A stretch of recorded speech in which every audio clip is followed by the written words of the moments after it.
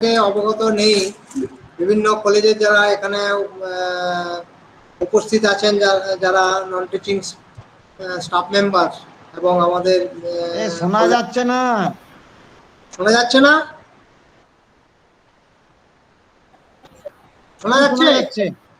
এখন শোনা যাচ্ছে। হ্যাঁ, আমাদের এই মিটিংটার একটা উদ্দেশ্য হচ্ছে, যেটা আমরা সিবিসিএস সিস্টেমের ব্যাপারটা একটু জানানো সব কলেজের যারা নন টিচিং স্টাফ আছেন, যারা শোনা যাচ্ছে না আমাদের সঙ্গে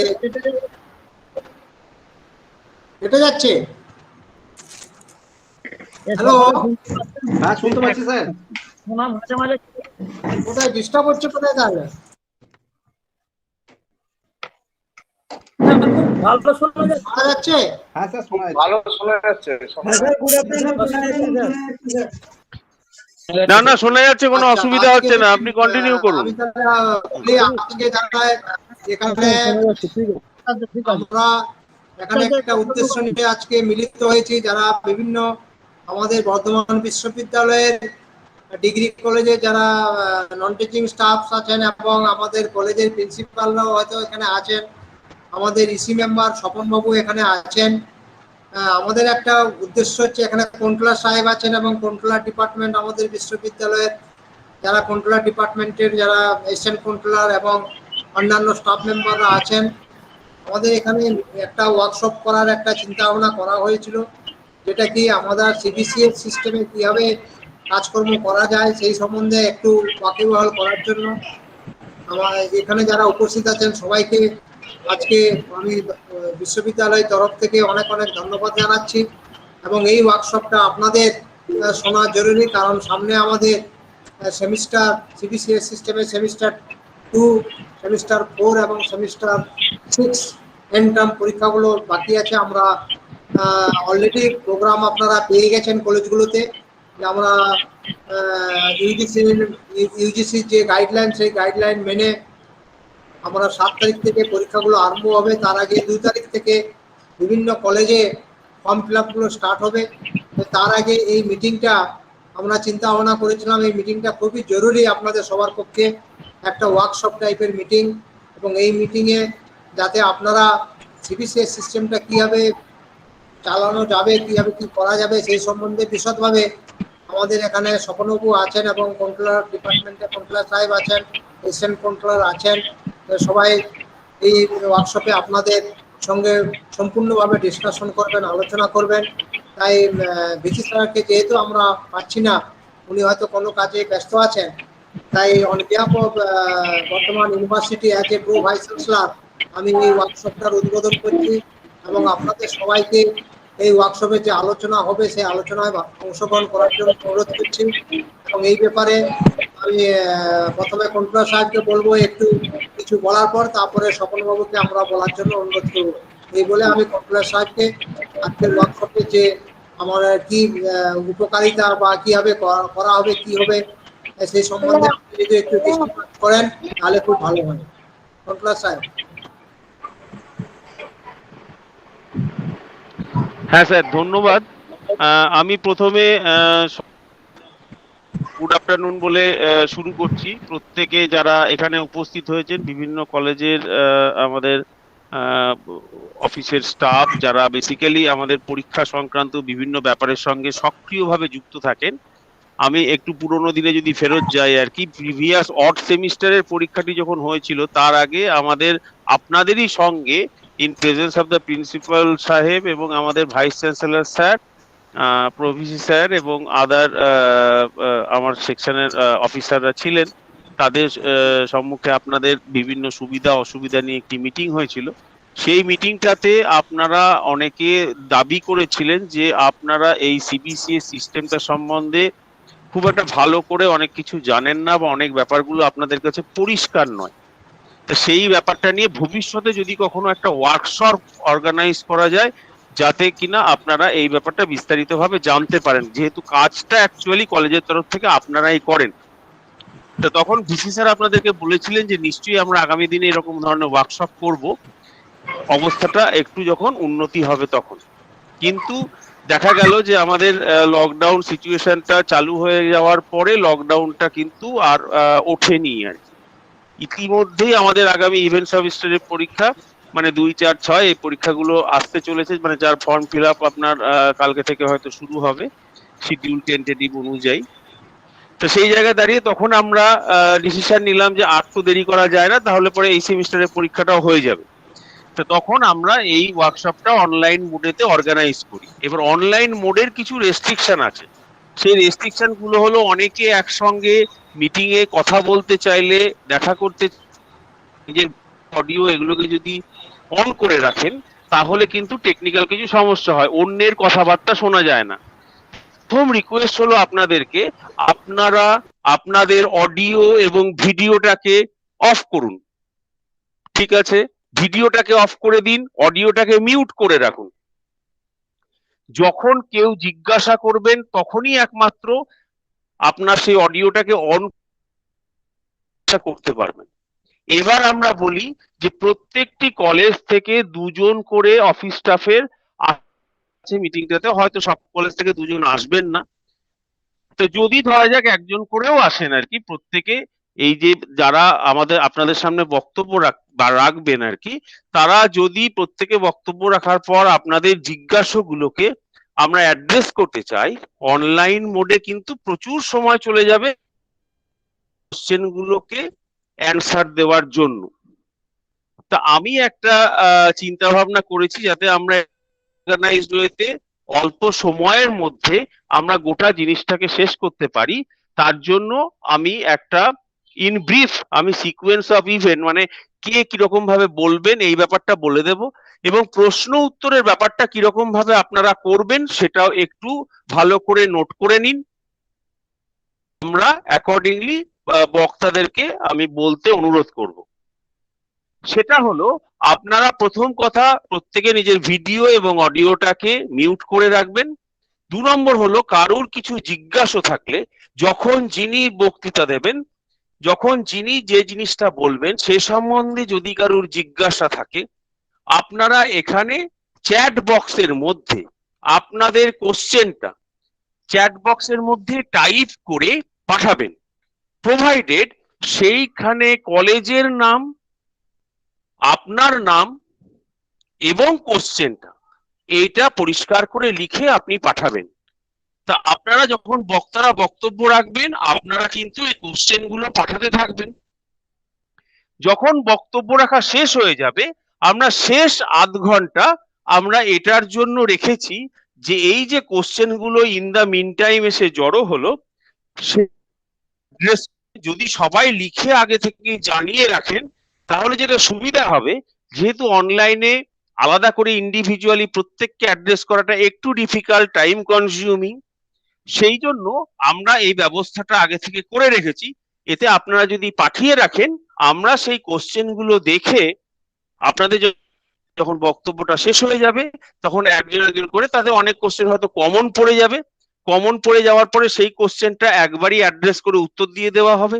উত্তর দেওয়ার পরে তার পরবর্তী ধাপে যদি আরো কিছু প্রশ্ন থাকে সেগুলো তখন রেফারেন্স করে বলে দেওয়া হবে। তাতেও যদি আপনাদের তারপরেও যদি, এতেও অবশ্যই এটা তো একদিনের একটা পুরো ওয়ার্কশপ হয় আর কি, তা সেটা তাতেও যদি থেকে যায় পরবর্তীকালে আপনারা মেল করে সেই সমস্যাগুলো জানতে চাইলে আমরা তারও উত্তর দেওয়ার ব্যবস্থা।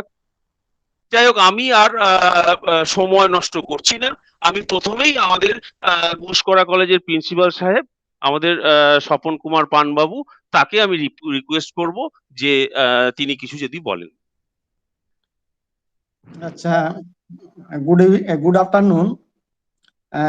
এখানে আমাদের উপস্থিত আছেন মাননীয় সহ উপাচার্য মহাশয়, আছেন controller of examination, assistant controller of examination, deputy controller of examination, secretary under graduate council এবং ইন্সপেক্টর অফ কলেজেস কোথায় আছেন, থাকার কথা।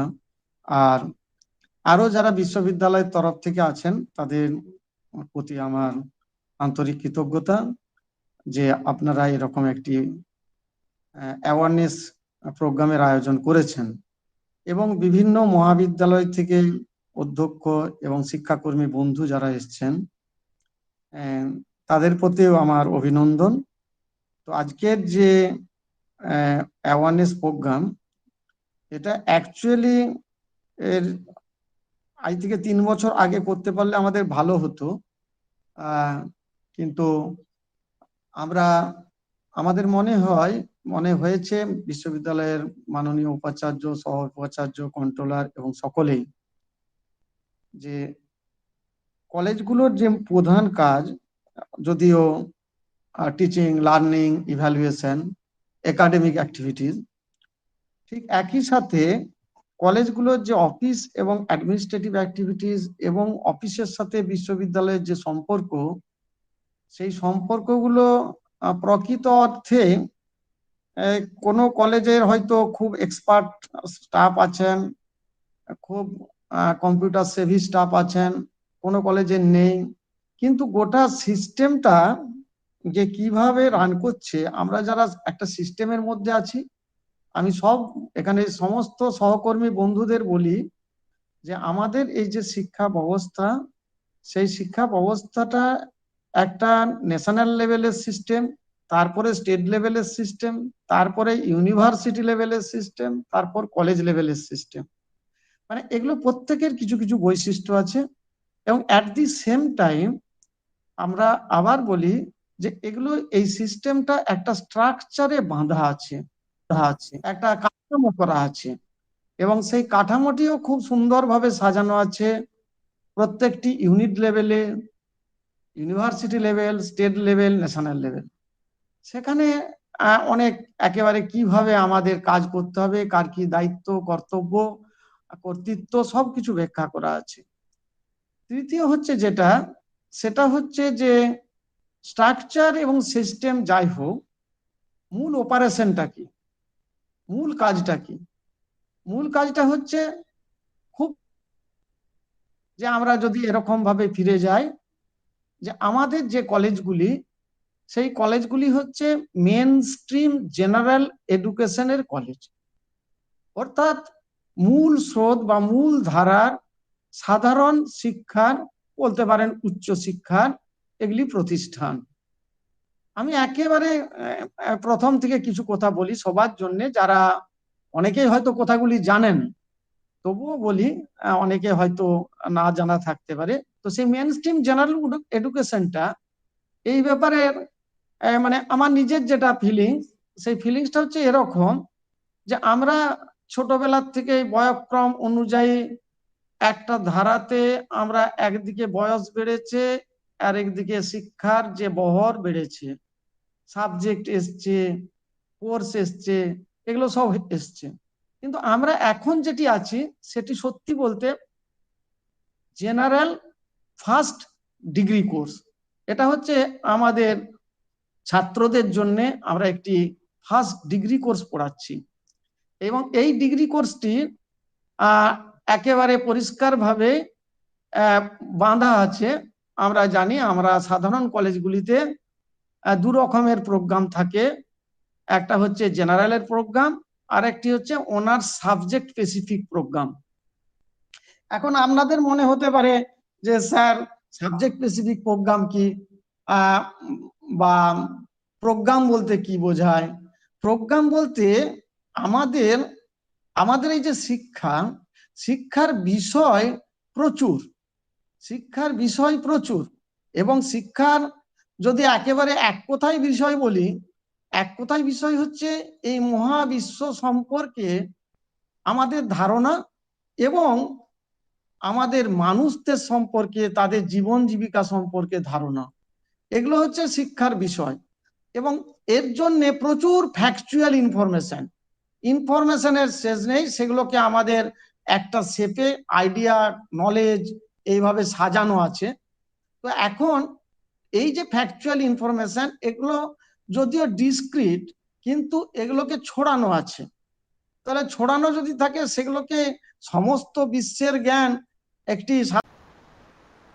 তো আমরা প্রথমে স্ট্রাকচারের যে দিকটা সেটা একটু বলি, কেননা ছেলেমেয়েরা আমাদের কাছে অফিসে আসে, আমরা কি পড়বো, আমাদের স্ট্রাকচার কি, আমাদের কি কি কোর্স পড়তে হয়, সেগুলো কোন সেমিস্টারের জন্য কতটা কি ক্রেডিট ইত্যাদি ব্যাপারগুলো আছে, সেটা নিয়ে আমাদের স্বপনবাবু তো ডিটেলে বলেছেন স্যার বিস্তারিতভাবে। আমি সেই ব্রেকআপে যাচ্ছি না, আমি একেবারে সরাসরি স্ট্রাকচারে যাচ্ছি, যেখানে একটি ছেলে অনার্স ক্যাটাগরি, আমরা যদি ভাবি প্রথমে অনার্সের ছেলেদের কথা বলি, অনার্সের ছেলেরা 6টি সেমিস্টার পড়বে, টোটাল 142 ক্রেডিটের তাদের প্রোগ্রাম। এই 142 ক্রেডিটটাকে কিভাবে ডিস্ট্রিবিউট করা আছে সেটা আমি জাস্ট এটা দিয়েছি এখন, যে চার্টটা আমি প্রেজেন্ট করার চেষ্টা করছি। এটা কিন্তু আগে থেকে প্রত্যেক কলেজে আমরা আগেই শেয়ার করে রেখেছিলাম। তবু আমার যে সমস্ত সহকর্মী বন্ধুরা আছেন তারা যদি একটু খেয়াল করেন, আমার সঙ্গে সঙ্গে একটু এগোনোর চেষ্টা করেন, দেখবেন ব্যাপারটা আপনারা জানেন সবটাই, তবু নিজেদেরকে একটু রিফ্রেশ করা যাবে এবং আমারও একটু ঝালিয়ে নেওয়া যাবে। সেটা হলো, আমি যদি একেবারে বাঁ দিকের প্রথম কলামটা বলি, সেখানে কোর্স এবং ব্র্যাকেটে ক্রেডিটটা মেনশন করেছি। কোর্স সিসি, তার ক্রেডিট হলো 6, তার ঠিক নিচে ডিএসি অর্থাৎ ডিসিপ্লিন স্পেসিফিক ইলেকটিভ, তার ক্রেডিট হলো 6, তার নিচে জেনারিক ইলেকটিভ, তার নিচে এবিলিটি এনহ্যান্সমেন্ট কোর্স 1 এবং 2, তার নিচে স্কিল এনহ্যান্সমেন্ট কোর্স। এইভাবে এই কোর্সের ক্যাটাগরিগুলোকে ভাগ করা আছে এবং ব্র্যাকেটে তাদের ক্রেডিটগুলো, রেসপেক্টিভ ক্রেডিটগুলো দেওয়া আছে।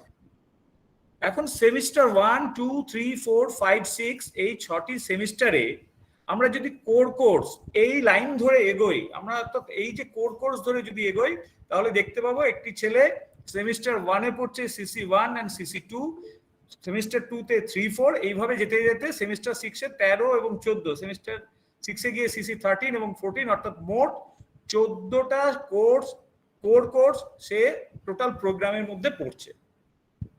ঠিক তেমনি ডিএসসি 1 এন্ড ডিএসসি 2 এটা পড়ছে 5th সেমিস্টারে, ডিএসসি 3 এন্ড ডিএসসি 4 পড়ছে 6th সেমিস্টারে, অর্থাৎ 4টে ডিএসসি পড়ছে। জেনারিক ইলেকটিভ পড়ছে জিই 1, 2, 3, 4, সেমিস্টার 1, 2, 3, 4 এই 4টি সেমিস্টারে, আর এইসিসি 1 পড়ছে সেমিস্টার 1-এ, এইসিসি 2 সেমিস্টার 2-তে, ঠিক তেমনি এসিসি 1, এসিসি 2 সেমিস্টার 3 এবং 4-এ। এই তো স্ট্রাকচার। এই স্ট্রাকচারের মধ্যে একটা ইন্ডিভিজুয়াল ছেলে সে এসে যদি আমাকে জিজ্ঞেস করে, ধরুন আমি অফিসেই বসে আছি, যে আমি ছেলেদিকে হেল্প করছি ফর্ম ফিল আপ থেকে আরম্ভ করে বাকি সমস্ত কাজ করানোর জন্য, তার কাছে আমি যদি এই স্ট্রাকচারটা তাকে প্রথম দিনই দিয়ে দিতে পারি এবং তার সঙ্গে যদি বোঝাতে পারি যে এই হলো চয়েস বেসড ক্রেডিট সিস্টেমে আন্ডার গ্রাজুয়েটে অনার্স প্রোগ্রামের একটা স্ট্রাকচার, এবার ছেলেকে আমি বলতে পারি, বা আমরা যেটা বলি, আপনি মানে আপনারা সকলেই হয়তো এভাবেই বলে থাকেন, যে একটি ছেলে, ধরুন আমি একটা উদাহরণ দিয়ে বলছি, সে বাংলা অনার্সের ছেলে। এই বাংলা অনার্সের ছেলেটি কোন কোন জায়গায় বাংলা পড়বে, এই যে জায়গাটুকু সেমিস্টার 1-এ সিসি 1, সিসি 2, 3, 4, অর্থাৎ এই পুরো সেমিস্টারে কোর্স লাইনে যতগুলি সিসি লেখা আছে এই সব জায়গাগুলিতে সে বাংলা পড়বে। CC 1 Bangla, CC 2 Bangla, CC 3 Bangla, CC 8 Bangla, CC 14 Bangla, অর্থাৎ সিসি 1 থেকে 14 সবটাই হবে তার বাংলা অনার্সের সাবজেক্ট। এই বাংলা অনার্সের ক্ষেত্রে তার অপশন থাকতে পারে, সিসি 1-এ হয়তো দুটো অপশন আছে, হয়তো একটা, আমি বলছি জাস্ট একটা উদাহরণ হিসেবে, হয়তো নাটক আছে আর গদ্য আছে, সে আইদার নাটক নেবে অথবা গদ্য নেবে, সেই অপশন সে পাবে, কিন্তু তার সাবজেক্ট চেঞ্জ করার কোনো জায়গা কিন্তু নেই। অনেক সময় আমরা দেখেছি, যেহেতু প্রথমবার হলো, কিছু কিছু কলেজের ক্ষেত্রে থেকে আমরা দেখেছি যে স্যার সেমিস্টার 1-এ সিসি 1 এন্ড 2 তো বাংলা পড়েছে, সেমিস্টার 2-তে গিয়ে কি স্যার ফিলোসফি বা হিস্ট্রি নিয়ে পড়তে পারবে? একেবারে না। আমরা অনার্স কনসেপ্টে যদি ভাবি, অবচেতন মনেও যদি ভাবি, তাহলে সে যে সাবজেক্ট নিয়ে অনার্স পড়ে, পার্ট 1, পার্ট 2, পার্ট 3, আমাদের এই সেমিস্টারেও সেমিস্টার 1 থেকে 6 সেই একই অনার্স নিয়ে পড়বে। অর্থাৎ কোর্সটাকে যদি আমরা অবচেতন মনে করি যে ইকুইভ্যালেন্ট টু অনার্স, তাহলে সিসি 1, 2, 3, 4 থেকে সিসি 13, 14 পর্যন্ত সবগুলো ওই অনার্সের একটি সাবজেক্ট, অর্থাৎ বাংলা হবে। এটা পরিষ্কার হয়েছে সকলের কাছে নিশ্চয়ই?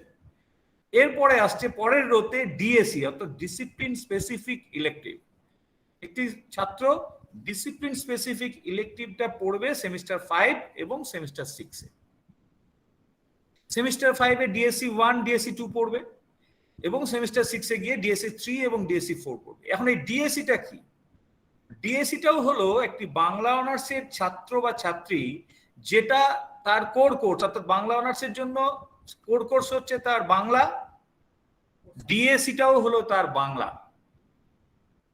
অর্থাৎ ওই ছেলেটি বাংলা নিয়ে যেমন 14টা কোর কোর্স পড়লো, তেমনি ডিসিপ্লিন স্পেসিফিক ইলেকটিভও সে 4টে কোর্স পড়বে এবং সে সাবজেক্টটা হবে বাংলা। এতদূর পর্যন্ত পরিষ্কার বোঝাতে পেরেছি আশা করি। এরপরে আছে জেনেরিক ইলেকটিভ। আমি জেনেরিক ইলেকটিভটাকে ছেড়ে দিয়ে তার পরের লাইনটাতে যাচ্ছি। সেখানে আছে AECC 1 ব্র্যাকেটে 4 অর্থাৎ তার ক্রেডিট 4, এবং দ্বিতীয় হচ্ছে AECC 2 তার ক্রেডিট 2। AECC 1 আমরা একেবারে সকল কোর্সের জন্য সুপ্রিম কোর্টের ভার্ডিক্ট অনুযায়ী আমরা সকল কলেজে পড়াই। সেটা হলো এনভায়রনমেন্টাল স্টাডিজ, 100 নম্বরের একটি পেপার, তার 80 হচ্ছে থিওরিটিক্যাল পরীক্ষা, 20 হলো প্রজেক্ট পেপার। এই AECC 1 সকলকে পড়তে হয় এনভায়রনমেন্টাল স্টাডিজ। এবং AECC 2, এই AECC 2টা হলো ইংলিশ অর MIL 50 নম্বরের একটি পেপার। এটাও কিন্তু সকলের ক্ষেত্রে কম্পালসারি, এবং সে চয়েস নিতে পারে সে ইংরেজি পড়বে না বাংলা পড়বে না হিন্দি পড়বে না উর্দু পড়বে। তার ক্রেডিট হলো 2। এরপরে আছে, আমি কিন্তু এখন জেনেরিক ইলেকটিভটা বলিনি, আমি বলবো তার আগে ACC 2 তে যায়। স্কিল এনহ্যান্সমেন্ট কোর্স, SEC হলো স্কিল এনহ্যান্সমেন্ট কোর্স, তার ক্রেডিট হলো 2, ফুল মার্কস হলো 50। একটি ক্যান্ডিডেট, আমরা বাংলা অনার্সের ক্যান্ডিডেটের কথা বলছি, সে সেমিস্টার 3 তে ACC 1 পড়বে এবং সেমিস্টার 4 এ গিয়ে ACC 2 পড়বে। এই যে বাংলা অনার্সের ছেলে, সে যেমন কোর কোর্সে সবগুলো বাংলা লিখে নিয়েছিল, ডিএসসির ক্ষেত্রে সবগুলো বাংলা লিখে নিয়েছিল, এই এসিসির ক্ষেত্রেও সে দুটো জায়গাতেই অর্থাৎ সেমিস্টার 3 এবং সেমিস্টার 4 এ যে এসিসি আছে সেখানে সে বাংলা লিখে নেবে। এই ছকটা যদি তার কাছে থাকে সে বাংলা লিখে নেবে, কেননা এসিসিটা পড়বে তার কোর কোর্স ডোমেন থেকেই একটি সাবজেক্ট, অর্থাৎ সে যদি বাংলা অনার্সের ক্যান্ডিডেট হয় সে এসিসিটাও বাংলা নিয়েই পড়বে। তাহলে বাকি থাকলো আমাদের শুধু জেনেরিক ইলেকটিভ।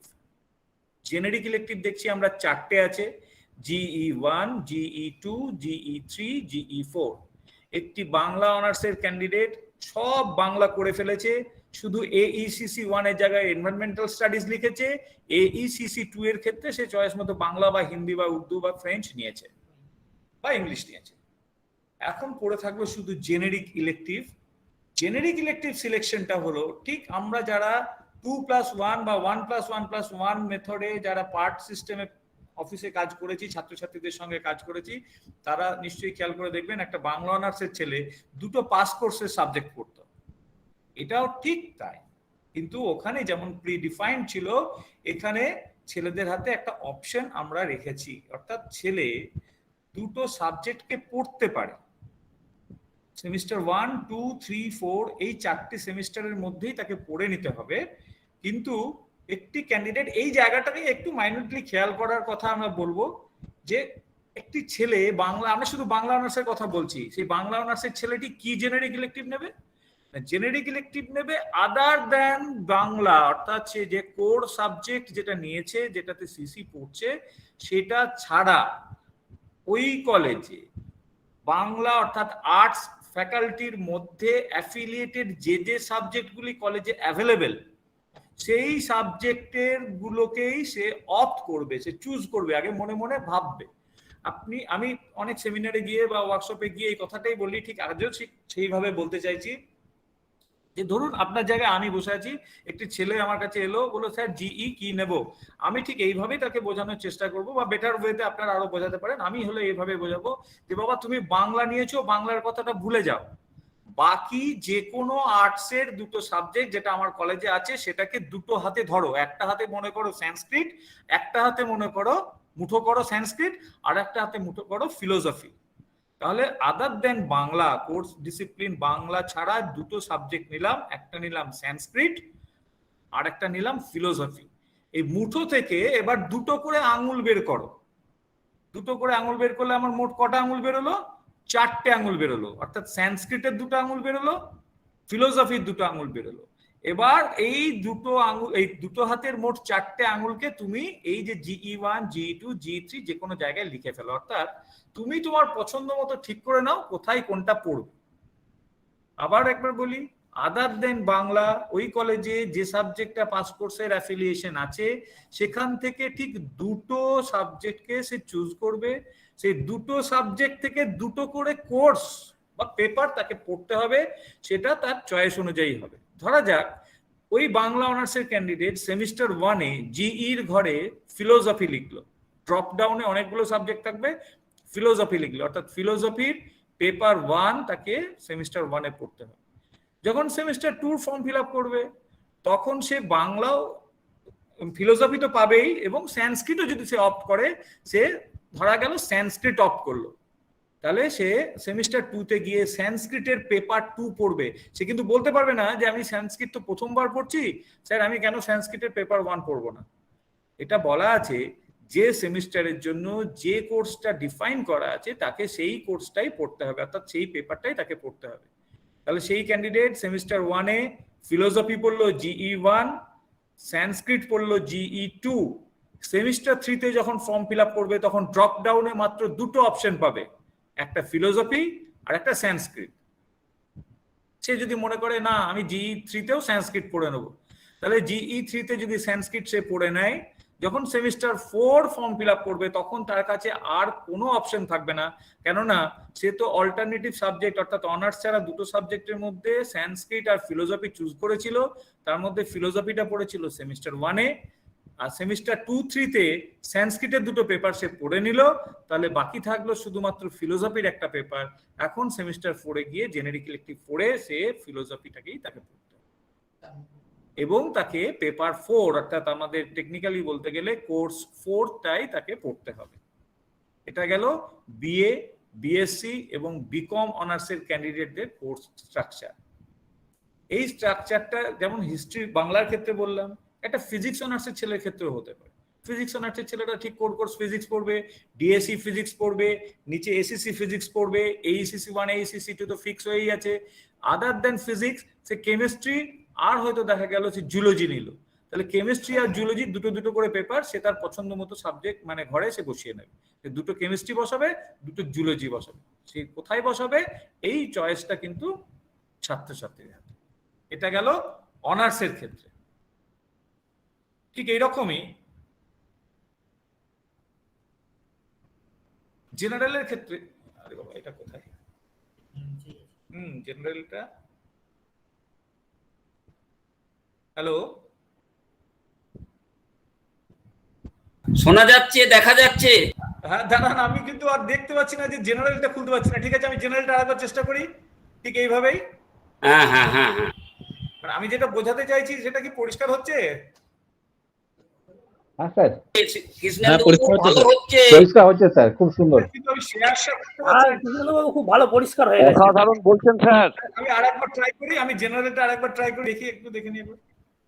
খুব ভালো হচ্ছে স্যার।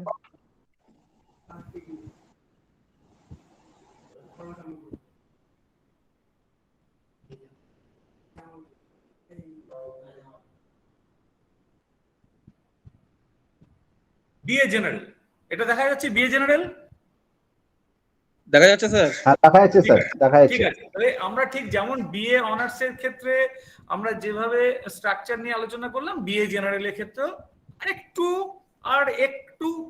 ওর থেকে আরেক ধাপ এগিয়ে আমরা বলবো, কেননা ওখানে কোর কোর্স যে 14টা ছিল অনার্স এর ক্ষেত্রে সব ঘরগুলোতে ছেলে বাংলা বাংলা বাংলা বাংলা লিখেছিল।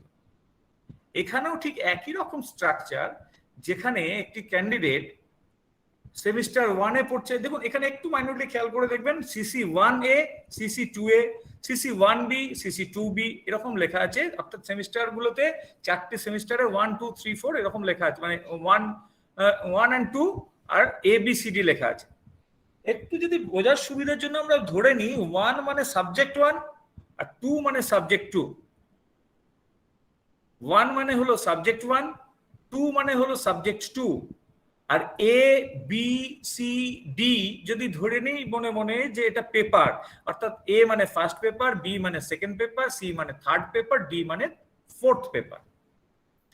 তাহলে দেখুন আমরা যদি সিসি যে রোটা আছে সেই রোতে আমরা লিখেছি সেমিস্টার 1-এ একটা ক্যান্ডিডেট সিসি 1A 2A পড়ছে, অর্থাৎ একটি বাংলা এই বিএ জেনারেলের ছেলে বা মেয়ে সে দুটো সাবজেক্ট পড়ছে। এই দুটো সাবজেক্ট কি কি হতে পারে? একটি ক্যান্ডিডেটের ক্ষেত্রে দুটো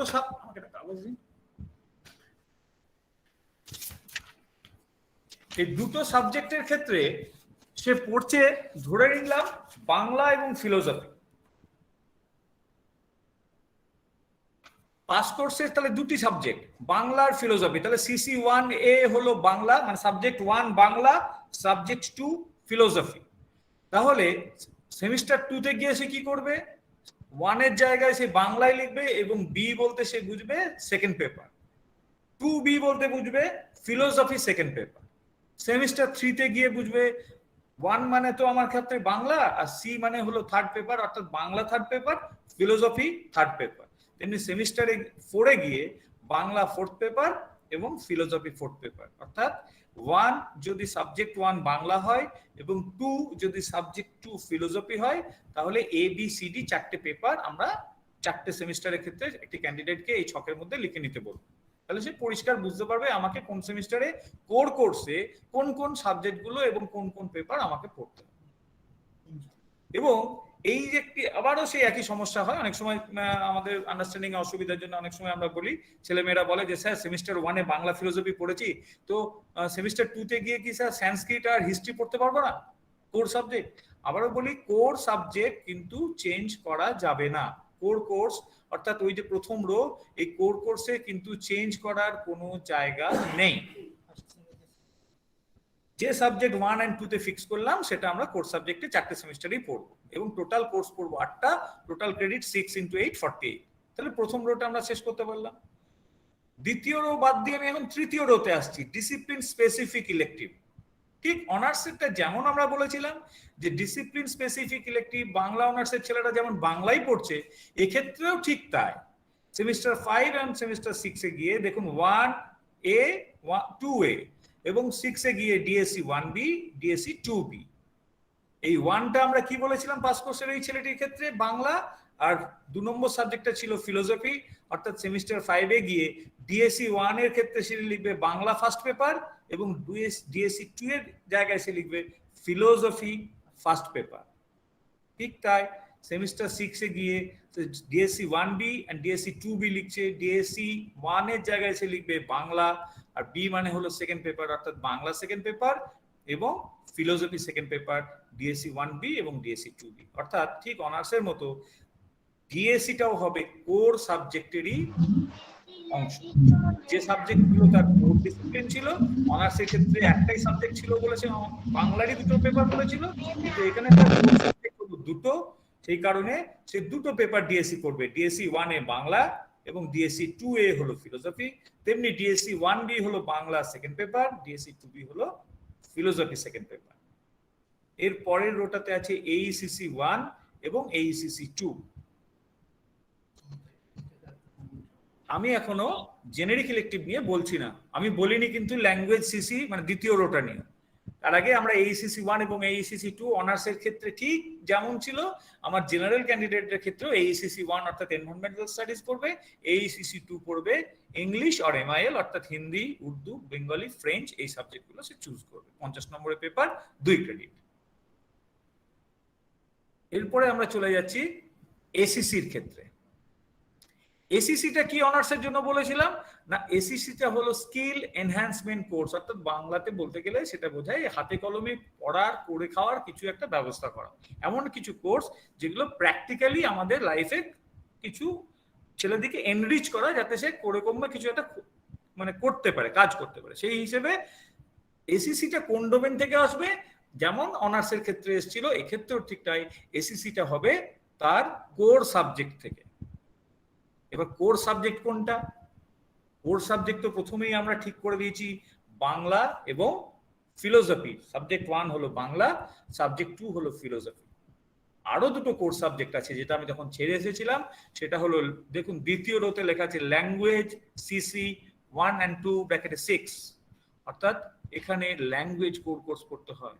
সেটা হলো L1 সেমিস্টার 1 এ, অর্থাৎ এই L1টা হলো ইংলিশ, এটা কম্পালসারিলি সকলকেই পড়তে হয় এবং বিএ জেনারেলের সমস্ত ছেলে ল্যাঙ্গুয়েজ ইংলিশের ফার্স্ট পেপার পড়বে L1 হিসেবে সেমিস্টার 1 এ, এরই সেকেন্ড পেপারটা পড়বে L1 হিসেবে সেমিস্টার 3 তে। এটা ইংলিশ, এর কোনো অপশন কিছু নেই, এটা সকলকেই পড়তে হবে। আর একটা সাবজেক্ট আছে L21 যেটা সেমিস্টার 2 তে পড়ছে এবং সেমিস্টার 4 এ গিয়ে পড়ছে, এরই সেকেন্ড পেপার L22। L2 হলো হিন্দি অর MIL। এখানে একটি ক্যান্ডিডেটদের অপ্ট করার সুযোগ থাকবে, সে আইদার হিন্দি নিতে পারে, অথবা বেঙ্গলি নিতে পারে, অথবা উর্দু নিতে পারে, অথবা ফ্রেঞ্চ নিতে পারে। এই 75 নম্বরের একটি পেপার, যার ক্রেডিট হলো 6। তার ফার্স্ট পেপারটা সে পড়বে সেমিস্টার 2 তে, তার নোমেনক্লেচার হলো L21, এবং এরই সেকেন্ড পেপারটা সে ক্যান্ডিডেট পড়বে সেমিস্টার 4 এ, যার নোমেনক্লেচার হলো L22। তাহলে এই ক্যান্ডিডেট যে বাংলা এবং ফিলোসফি এই দুটো সাবজেক্ট নিয়ে পড়ছিল, তার ক্ষেত্রে কোর্স কিন্তু শুধু আর দুটো থাকলো না। এই কোর সাবজেক্ট এসে দাঁড়ালো বাংলা, ফিলোসফি, ইংরাজি। L1টা তো ইংরাজি, তাহলে ইংরাজিটাও কিন্তু কোর সাবজেক্ট, কোর্স ইংরাজি। এবং L2 তে যদি ধরে নিই সে বাংলা পড়ছে, বা হ্যাঁ বাংলাই পড়তে পারে, সে বাংলা পড়তে পারে, সে হিন্দি পড়তে পারে, সে উর্দু পড়তে পারে, আমরা ধরে নিলাম সে বাংলা পড়ছে। তাহলে এক্ষেত্রে এই ছেলেটির কোর সাবজেক্ট এসে দাঁড়ালো 3টে। CC1 এসে দাঁড়ালো বেঙ্গলি, CC2 দাঁড়ালো ফিলোসফি, L1 কম্পালসারি ইংলিশ, এবং L2 বেঙ্গলি। অর্থাৎ তার 4টে জায়গার মধ্যে সাবজেক্ট অপশন হয়ে দাঁড়ালো 3টে। কেন? বাংলাটাতে দুবার হয়েছে, CC1 এর ক্ষেত্রে বা CC1 এর ক্ষেত্রেও বাংলা দাঁড়িয়েছে, এবং L2 ও বাংলা হয়েছে। এই ক্যান্ডিডেট এবার তাহলে সাবজেক্ট এসে দাঁড়ালো 3টি। এই 3টি সাবজেক্ট থেকে সে দুটো সাবজেক্টকে, ঠিক ওই যেভাবে আমরা বলছিলাম SEC সিলেকশন সেমিস্টার অনার্সের ক্ষেত্রে যেমন ভাবে বলছিলাম যে সে তো বাংলা অনার্সের ছেলে, বাংলা SEC পড়বে, এক্ষেত্রে ওই ছেলে মানে জেনারেলের ক্যান্ডিডেট কাছে অপশনগুলো অনেক ওপেন হয়ে গেল। তার কোর সাবজেক্ট এসে দাঁড়িয়েছে বাংলা, ফিলোসফি এবং ইংলিশ। সে এই 3টে সাবজেক্ট থেকে যে কোনো দুটো সাবজেক্টকে চুজ করে নেবে, কোর ডিসিপ্লিন থেকে যে কোনো দুটো সাবজেক্টকে চুজ করে নেবে, এবং সেই চুজ করে দুটো হাতে ধরবে। মানে বোঝানোর সুবিধার জন্য, বাবা তুমি দুটো হাতে দুটো সাবজেক্ট মনে মনে ধরো, সেখান থেকে দুটো দুটো করে 4টে আঙুল বের করো। এই 4টে আঙুল তোমার SSC1 অথবা SSC2 অথবা SSC3 অথবা SSC4 যে কোনো জায়গায় তুমি বসিয়ে দাও। অর্থাৎ তুমি যে কোর সাবজেক্ট পড়ছো সেইখান থেকেই তোমার মনোমতো যে কোনো দুটো সাবজেক্টকে আগে চুজ করে নিয়ে তার দুটো দুটো করে পেপার তুমি 4টে জায়গায় বসিয়ে নাও, তাহলে তোমার এই ছকের অনেকটা অংশ পূরণ হয়ে গেল। বাকি থাকলো আমার জেনেরিক ইলেকটিভ। জেনেরিক ইলেকটিভ সিলেকশনের মডালিটি একেবারে একই রকম। আমরা অনার্সের ক্ষেত্রে ঠিক যা করেছিলাম এখানেও ঠিক তাই। জেনেরিক ইলেকটিভ সিলেকশনটা কি? জেনারিক ইলেকটিভ সিলেকশন হলো আমার কোর ডিসিপ্লিন ছাড়া, কোর কোর্স ছাড়া ওই কলেজে আমার যে যে সাবজেক্ট আছে অ্যাভেলেবেল সাবজেক্টের মধ্যে থেকে যে কোনো একটি সাবজেক্ট নেবো। বিএ জেনারেলের ক্ষেত্রে আমরা নেবো একটি সাবজেক্ট, কেননা এখানে জেনারিক ইলেকটিভ পড়বে দুটি, সেমিস্টার 5 এ GE1, সেমিস্টার 6 এ গিয়ে পড়বে GE2। কিন্তু অনার্সের ক্ষেত্রে GE একটু ভেবে দেখুন, অনার্সের ক্ষেত্রে জেনারিক ইলেকটিভ পড়েছিল 4টে, এই জন্য দুটো সাবজেক্ট নিয়ে দুটো দুটো করে পেপার পড়তে হয়েছিল। কিন্তু বিএ জেনারেলের ক্ষেত্রে শুধুমাত্র জেনারিক ইলেকটিভ ক্যান্ডিডেটকে পড়তে হবে দুটি পেপার, সেমিস্টার 5 এ GE1, সেমিস্টার 6 এ GE2, এবং সাবজেক্ট হবে তার একটি। তাহলে এই ছেলেটি যার কথা বলছি সে বেঙ্গলি, ফিলোসফি ছাড়া এবং ইংরাজি ছাড়া অন্য যে কোনো একটা সাবজেক্ট, ধরা যাক সংস্কৃত চুজ করলো যে আমি এটা জেনারিক ইলেকটিভ হিসেবে পড়বো, তাহলে সংস্কৃতের জেনারিক ইলেকটিভ 1 পেপার 1টা পড়বে GE1 হিসেবে সেমিস্টার 5 এ, এবং সেমিস্টার 6 এ গিয়ে পড়বে এই সংস্কৃতের সেকেন্ড পেপার GE2 হিসেবে। তাহলে আমার টোটাল ক্রেডিট হলো 122। একটি ক্যান্ডিডেট টোটাল ক্রেডিট 122 পড়লো। কি কি সাবজেক্ট পড়লো সেটা আশা করি আমি একটু বোঝাতে পেরেছি। আমাদের এই প্রেজেন্টেশনের পরে আমরা নিশ্চয়ই কোশ্চেন অ্যান্সার সেশনে যাব। যদি আন্ডারস্ট্যান্ডিং এ কোনো জায়গায় আপত্তি থাকে বা বুঝতে অসুবিধা থাকে সেটা নিয়ে আবারও ডিটেলে আলোচনা করব, কেননা এটা যতক্ষণ না আমাদের নিজেদের মধ্যে ক্লিয়ার হচ্ছে আমরা কিন্তু ছাত্রছাত্রীদের বোঝাতে পারবো না, এবং ছাত্রছাত্রীদের বোঝাতে না পারলে ভিড় কিন্তু আপনার টেবিলের সামনে রেগুলার ছাত্রছাত্রীরা আসবে, তাদেরকে বোঝাতে হবে, এবং তাদের যাতে আন্ডারস্ট্যান্ডিং এ কোনো অসুবিধা না হয় সেই কারণে নিজেরা আগে একটু পরিষ্কার হয়ে। এটা গেল বিএ জেনারেলের ক্ষেত্রে। কোনখানে বলো না, আমি আরেকবার তাহলে এবার বিকম জেনারেলের ক্ষেত্রে যাই। কোথায় না, এখান থেকে যাবে না। হ্যাঁ, কিভাবেই যাবো, উইন্ডোতে ছিলাম, মাঝেরটা গেলাম,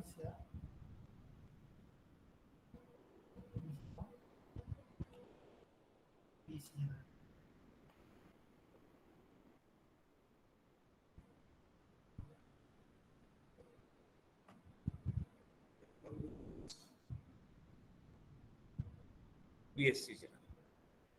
এবার আমরা আসছি একটা ক্যান্ডিডেট বিএসসি জেনারেলের ক্ষেত্রে। এই বিএসসি জেনারেলের ক্ষেত্রে ঠিক ওই একই মডালিটি যেভাবে আমরা পেপার বিএ জেনারেলের ক্ষেত্রে করছি, বিএসসি জেনারেলের ক্ষেত্রে অলমোস্ট সে একই। এখানেও দেখুন আমরা প্রথম কলামটাতে কোর কোর্স, তারপরে ডিএসসি, তারপরে জেনারিক ইলেকটিভ, তারপরে এইসিসি, তারপরে এসিসি এভাবে দিয়েছি। এবং একদম লাস্ট কলামে টোটাল ক্রেডিট কত আছে, ঠিক তার আগের কলমে টোটাল নাম্বার অফ কোর্সেস কত আছে, এগুলো যেমন বাকি সাবজেক্টগুলোর ক্ষেত্রেও দিয়েছিলাম, বাকি স্ট্রিমের ক্ষেত্রে দিয়েছি, এখানেও ঠিক তাই দিয়েছি। এখানে একটা মজার জিনিস, সেটা হলো বিএসসি জেনারেলের কোনো ক্যান্ডিডেট তাদের কোনো জেনারিক ইলেকটিভ সাবজেক্টকে পড়তে হয় না, তাদের কোনো জেনারিক ইলেকটিভ সাবজেক্ট চুজ করার কোনো জায়গা নেই। এখানে একটি ছেলে কোর সাবজেক্ট হিসেবে তিনটে সাবজেক্ট, আমরা যেমন আগেরটাতেও বলেছিলাম 1 and 2 রিপ্রেজেন্ট করছে দুটো সাবজেক্ট, এখানে 1, 2, 3 এই তিনটে সাবজেক্ট, ম্যাথমেটিক্স, ফিজিক্স আর ধরা গেল জুলজি। আগে যেমন পিওর সায়েন্স, বায়ো সায়েন্স ছিল, এখন তো সেটা নেই। এখন আমাদের অপশনের ক্ষেত্রে একটা ম্যাথ, ফিজিক্স, জুলজি সে পড়তে পারে, ফিজিক্স, কেমিস্ট্রি, তার সঙ্গে হয়তো বটানি পড়তে পারে, এরকম তার অপশন আছে।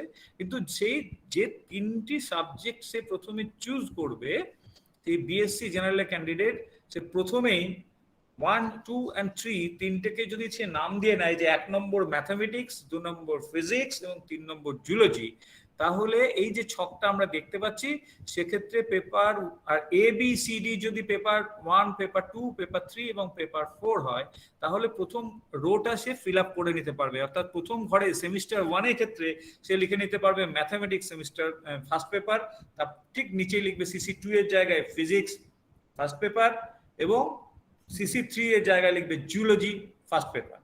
Semester 2 math second paper, physics second paper, zoology second paper. এইভাবে চারটে সেমিস্টারের সে কোর সাবজেক্টটাকে ফিক্স করে নিয়ে চারটে সেমিস্টারে চারটে কি কি পেপার পড়বে সে দেখতে পাবে। ঠিক পরের রোতে ডিএসসি, ডিএসসিও কি পড়বে, আমরা ঠিক যেভাবে ডিএসসি সিলেকশনের মডালিটি ছিল, অর্থাৎ কোর সাবজেক্ট যা আছে এখানেও ঠিক তাই পড়বে। আমাদের ডিএসসি 1টা কোন সাবজেক্ট, ম্যাথামেটিক্স, 2টা কোন সাবজেক্ট, ফিজিক্স, 3টা কোন সাবজেক্ট, জুলজি, এ মানে ফার্স্ট পেপার। অর্থাৎ সেমিস্টার 5-এ ম্যাথ, ফিজিক্স, জুলজি ডিএসসি হিসেবে পড়বে এবং প্রত্যেকেরই ফার্স্ট পেপার পড়বে। ঠিক তেমনি সেমিস্টার 6-এ ম্যাথ, ফিজিক্স, জুলজি এদের তিনটে পেপার সাবজেক্ট পড়বে সেকেন্ড পেপার, এদের কোনো জেনারিক ইলেকটিভ নেই। নেক্সট হচ্ছে AECC 1 এবং AECC 2, একই মডালিটি। AECC 1 হলো এনভায়রনমেন্টাল স্টাডিজ, AECC 2 হলো ইংলিশ অর MIL, সেখানে সে ইংরেজি, হিন্দি, উর্দু অথবা ফ্রেঞ্চ পড়তে পারে বা বাংলা পড়তে পারে। নেক্সট হচ্ছে এসিসি। এসিসিটা কিভাবে পড়বে, যেভাবে আমাদের বিএ জেনারেলের ক্যান্ডিডেটরা এসিসি সিলেকশন করলো, এক্ষেত্রেও এসিসি সেই একই মডালিটিতে সিলেক্ট করবে। সেটা কি, এই ক্যান্ডিডেট বিএসসি জেনারেলের আমরা যার কথা আলোচনা করছি সে কি কি সাবজেক্ট পড়ছে, subject 1 mathematics, subject 2 physics, subject 3 zoology. এই তিনটে সাবজেক্ট থেকে প্রথমেই যে কোনো দুটো সাবজেক্টকে চুজ করে নেবে, দুটো হাতে মনে মনে ধরবে, দুটো হাত থেকে দুটো আঙুল বের করে চারটে আঙুল বের করবে, সেই চারটে আঙুল সে চারটে জায়গায় পুট করবে, সে কোথায় জুলজি ম্যাথ পড়বে না ফিজিক্স পড়বে। সে যদি ম্যাথ আর ফিজিক্স চুজ করে নেয়, তাহলে এসিসি 1, 2, 3, 4 এই চারটে এসিসির ক্ষেত্রে ম্যাথ আর ফিজিক্সকে লিখে ফেলবে দুটো দুটো করে, এবং যেখানে যেটা থাকবে, অর্থাৎ প্রথমটা যদি ম্যাথ সিলেক্ট করে তাহলে এসিসি 1 এর ক্ষেত্রে ম্যাথ পেপার 1 পড়বে, দ্বিতীয়টাতে যদি জুলজি সিলেক্ট করে, যদি ম্যাথ আর জুলজি দুটো সাবজেক্টকে চুজ করে থাকে, তাহলে জুলজি যদি সিলেক্ট করে তাহলে জুলজির পেপার 2 পড়বে, পেপার 1 কিন্তু সে পড়তে পারবে না। অনেক সময় ছেলেমেয়েরা এসে অফিসে বলবে, স্যার এসিসি 1-এ তো আমি ম্যাথামেটিক্স পড়েছি, প্রথম সাবজেক্ট প্রথম পেপার পড়ে নিয়েছি, আমি এখন অপ্ট করতে চাইছি জুলজি, আমি জুলজি প্রথমবার পড়বো, কিন্তু কেন স্যার আমি প্রথম পেপারটা পড়বো না, ফার্স্ট পেপারটা আমি কেন পড়বো না, আমি কেন প্রথমেই শুরু করবো সেকেন্ড পেপার দিয়ে। তাকে এই কথাটাই বলতে হবে যে রেগুলেশন এটাই পারমিট করছে যে তুমি যে সাবজেক্টই চুজ করো না কেন ওই সেমিস্টারের জন্য যে পেপারটা প্রিডিফাইন্ড আছে তোমাকে সেই সাবজেক্টটা নিয়ে সেই পেপারটা নিয়ে পড়তে হবে এবং পরীক্ষাও দিতে হবে। এটা গেল বিএসসি জেনারেল। আর একটি থাকলো সেটা হলো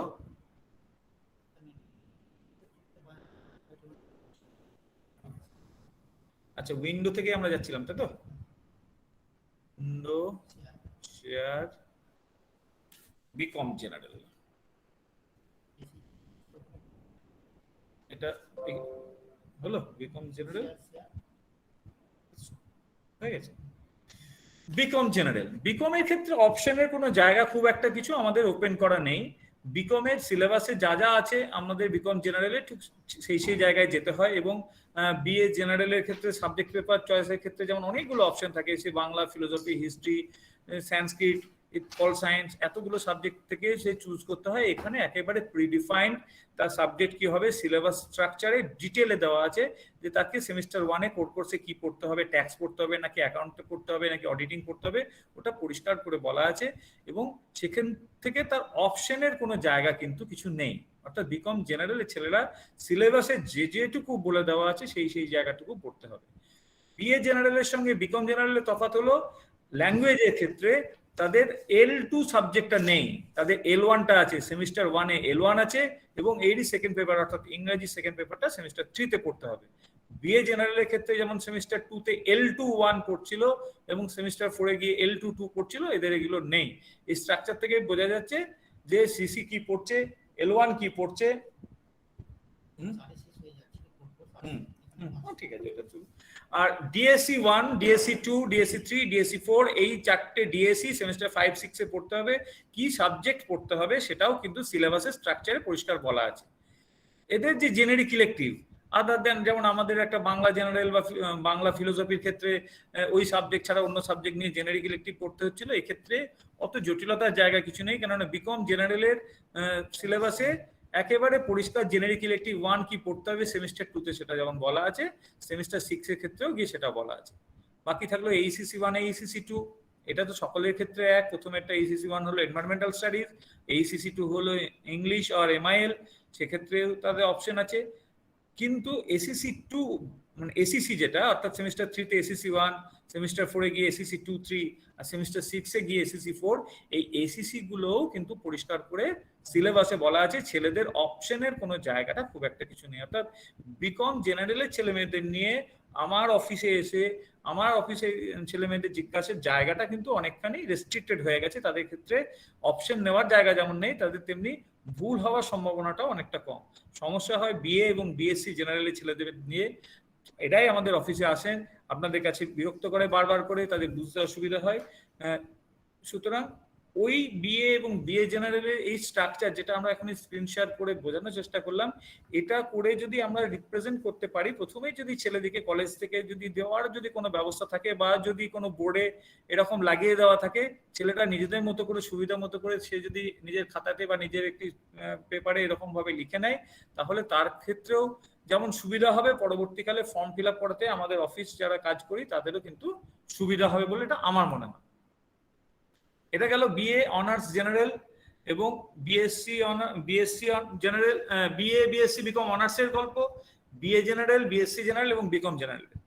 এছাড়া আর একটু কথা আমি বলবো, সেটা হলো আমরা কত মানে কতটা পড়ছি, কত নাম্বারের পড়ছি, কত ক্রেডিটের পড়ছি, সেই জায়গাটুকু।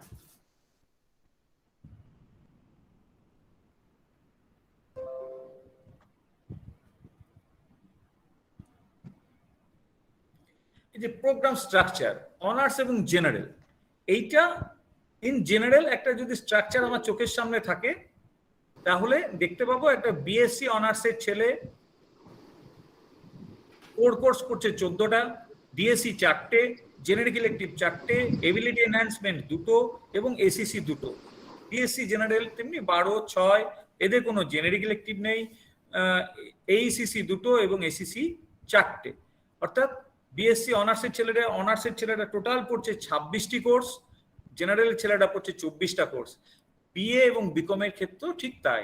বিএ অনার্সের ছেলেরা পড়ছে 26টা কোর্স, জেনারেলের ছেলেরা পড়ছে 24টা কোর্স, বিকমেরও ঠিক তাই। এছাড়া আর একটি আমি শেয়ার করার জায়গা আছে,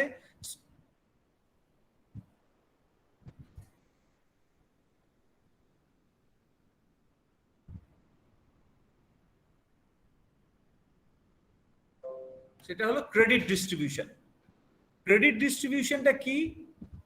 যেভাবে আমরা প্রথম ছকটাতে দেখিয়েছিলাম অনার্সের ক্ষেত্রে, ওইটাকে আরেকটু ডিটেলে এখানে দেখানো আছে যে একটি ছেলে টোটাল ল্যাব বেস সাবজেক্টের ক্ষেত্রে কত ক্রেডিট পড়ছে, কোর সাবজেক্টের জন্য কত, বা ডিসিপ্লিন স্পেসিফিকের জন্য কত, বা এইসিসির জন্য কত, অর্থাৎ 142 ক্রেডিটের টোটাল যে কোর্স অনার্সের জন্য, অনার্স প্রোগ্রামের জন্য 142 ক্রেডিট, সেই ক্রেডিট ডিস্ট্রিবিউশনটা এখানে আমার দেখানো আছে। যদি প্রথম চার্টটা কেউ আপনারা পেয়ে থাকেন, নিশ্চয়ই পেয়ে থাকবেন, কলেজে নিশ্চয়ই এতদিন ধরে যখন সিবিসিএস রান করছে একটা সাইকেল কমপ্লিট হয়ে গেল, ওখানে কিন্তু ডিটেলেই দেওয়া আছে প্রত্যেকটা কোর্স কত ক্রেডিটের এবং টোটাল কোর্স কতগুলো, টোটাল 142 এর ডিস্ট্রিবিউশনটাও দেওয়া আছে। ঠিক এইরকম ভাবে জেনারেলটাও আছে, ওটা আমি নিচেই আছে, আমি আর শেয়ার করছি না, আশা করি সকলে এটা পেয়ে গেছেন আগে। আমার যেটুকু বলার ছিল স্ট্রাকচারাল দিক থেকে আমি হয়তো বোঝানোর চেষ্টা করলাম। স্ট্রাকচার এটাই, এবং এই স্ট্রাকচার যদি আমরা ঠিকভাবে সকলে ফলো করার চেষ্টা করি, ছেলেমেয়েরাও যদি ঠিকভাবে ফর্মটা ঠিকমতো সাবমিট করে থাকেন, করতে পারেন, তাহলে আমাদের অফিসের কাজের চাপটা অনেক কমে যাবে। কিন্তু বাস্তবে তো তা হয় না। বাস্তবে ছেলেরা একই প্রশ্ন হাজারবার করবে, একই প্রশ্ন নিয়ে বারবার আপনাদেরকে বিরক্ত করবে, কিন্তু আমাদের ওই ঠান্ডা মাথায় উত্তর দেওয়া ছাড়া এবং এই স্ট্রাকচারটাকে বারবার করে তাদেরকে বোঝানো ছাড়া দ্বিতীয় কোনো কাজ কিছু থাকে না। এই হলো আমার বক্তব্য, স্ট্রাকচারাল পার্ট। এছাড়া যদি আরো অন্য কোনো বক্তব্য থাকে, যদি আপনাদের প্রশ্ন থাকে, কন্ট্রোলার স্যার যেমন বলেছেন চ্যাট বক্সে লিখতে, তাহলে আমরা সেগুলোকে শেয়ার করতে পারবো আশা করি। কৃষ্ণেন্দু, আর দুটো জায়গা ওদিকে একটু ব্যাখ্যা করে দাও যে ক্রেডিটটা কি, মানে ক্রেডিট কথাটা বারবার ইউজ করছি, আর আমাদের সিজিপিএ এসজিপিএ এর যে ক্যালকুলেশনটা ওইটা একটু দেখিয়ে দাও, তাহলে খুব সুন্দর হয়ে যাবে, গোটাটাই হয়ে যাবে। ঠিক আছে, মানে হোয়াট ইজ ক্রেডিট, আর দ্বিতীয় হচ্ছে এসজিপিএ আর সিজিপিএটা কিভাবে ক্যালকুলেশন করা হয়, সেটা অনেক কলেজের স্টাফরা জানতে চান আর কি। ওই দুটো জায়গা ক্রেডিটটা অ্যাকচুয়ালি কি, আর সিজিপিএ এসজিপিএ ফর্মুলাটা কিভাবে করা হয়েছে এটা। ঠিক আছে, হ্যাঁ ওইটা কৃষ্ণনন্দবাবু ভালো করে করে দেন, ঠিকই আছে। ঠিক আছে। আমরা এটা যেটা এই যে কোর্সটা চলছে, এটা হলো চয়েস বেসড ক্রেডিট সিস্টেম। আমরা চয়েস বলতে বলছি একটি ক্যান্ডিডেট সে তার অপশনগুলোকে চুজ করতে পারবে। সবার ক্ষেত্রেই যে অপশনগুলো ওপেন আছে ঠিক তা নয়, রাদার আমরা বলতে পারি যে রেস্ট্রিক্টেড চয়েস আছে। সেই রেস্ট্রিকশনের মধ্যে থেকে অনেক সময় ব্যারিয়ার থাকে কলেজের রুটিন অ্যালটমেন্ট করার ক্ষেত্রে, বা ক্লাস অ্যালট করার ক্ষেত্রে, বা সাবজেক্ট পেপার দেওয়ার ক্ষেত্রে। অনেক সময় বিভিন্ন কলেজ বিভিন্ন রেস্ট্রিকশন ইম্পোজ করেন, আমরাও করি প্র্যাকটিক্যালি। সবার ক্ষেত্রে সব চয়েসটা ওপেন করা সম্ভব নয়।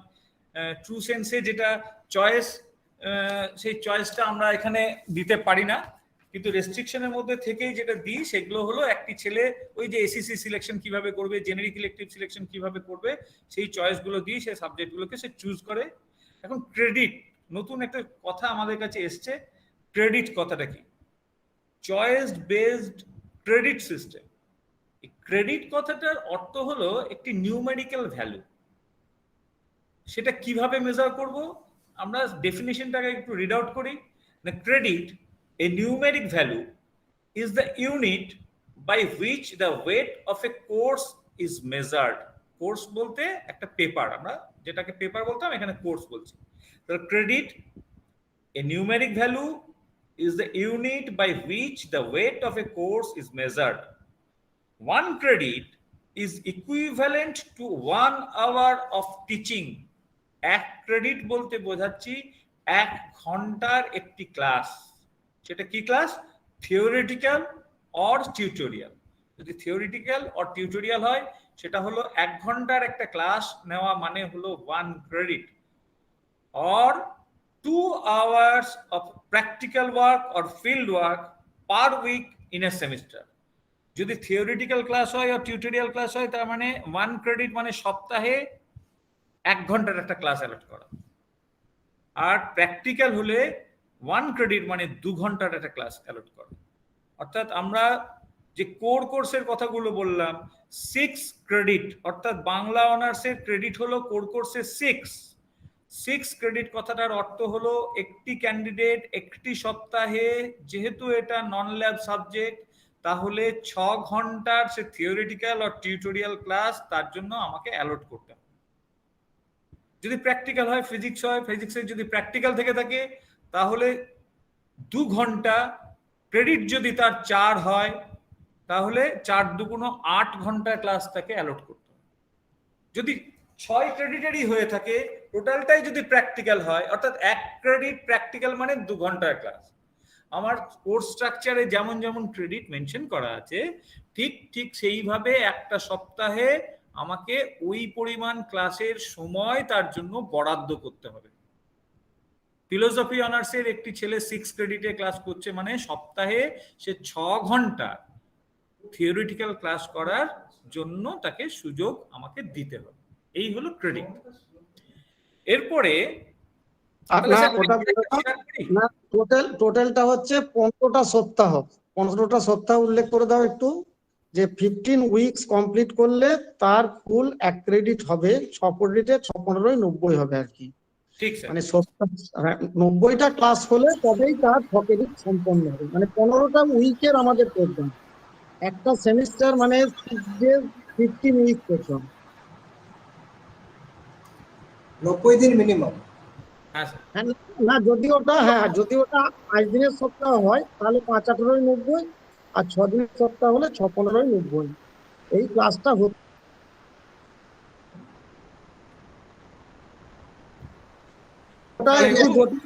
ওটা একটু জটিল জিনিস। ওটাকে ক্রেডিটটাকে ব্যাখ্যা করা খুব সুন্দরই ব্যাখ্যা হয়েছে, বাকিটা গোটাটাই। ওটাকে যদি পরে কারো জিজ্ঞাসা থাকে আমরা তখন আরেকটু ডেসক্রাইব করে দেবো। এখন তুমি সিজিপিএ এসজিপিএটা একটু দেখিয়ে দিলে ওদের আরো খুশি হবে। এসজিপিএটা স্যার ওই ক্যালকুলেশন অফ সিজিপিএ আর এসজিপিএটা একটু বলুন। হ্যাঁ আমি বলার চেষ্টা করছি। আমি একটু দেখি যদি একটা গ্রেড কার্ড আমি খুলতে পারি, আমি তাহলে স্যাম্পল দেখি আপনাদের বলার চেষ্টা করে দিচ্ছি। এক সেকেন্ড আমাকে একটু সময় দিন। ওই ডেট কার্ডটা দেখিয়ে একদম ভেঙে ভেঙে বলে দিলে ক্লিয়ার হয়ে যাবে সবার।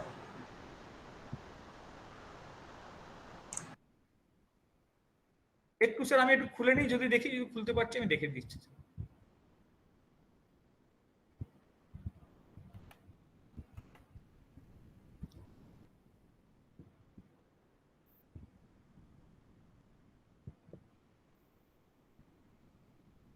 উইন্ডো থেকে যাচ্ছি আমি, তাই তো?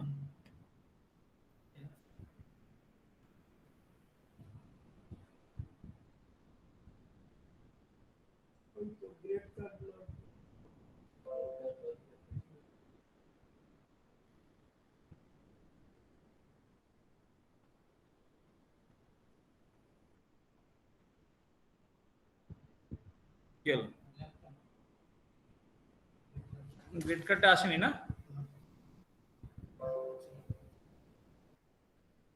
এখনো আসেনি, তুমি একটু দেখো। একটু সময় দিন, এসে যাবে। হ্যাঁ আসলে একটা পিডিএফ থেকে আসছে তো, একটু সময় দিন, এসে যাবে।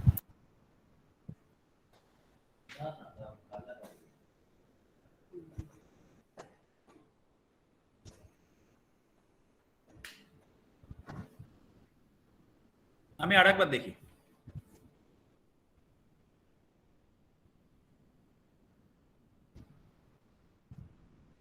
এখান থেকে করছিলাম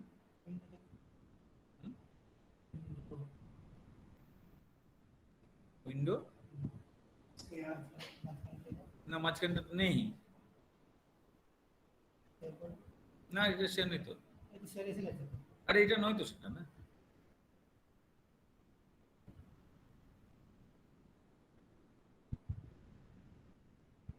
গিয়ে উইন্ডো ওটা কই আসছে, কই?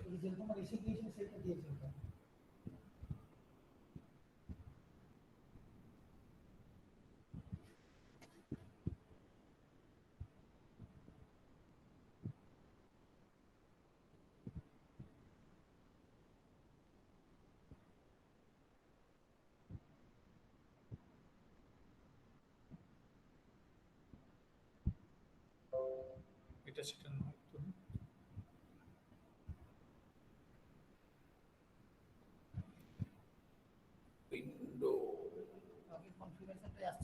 না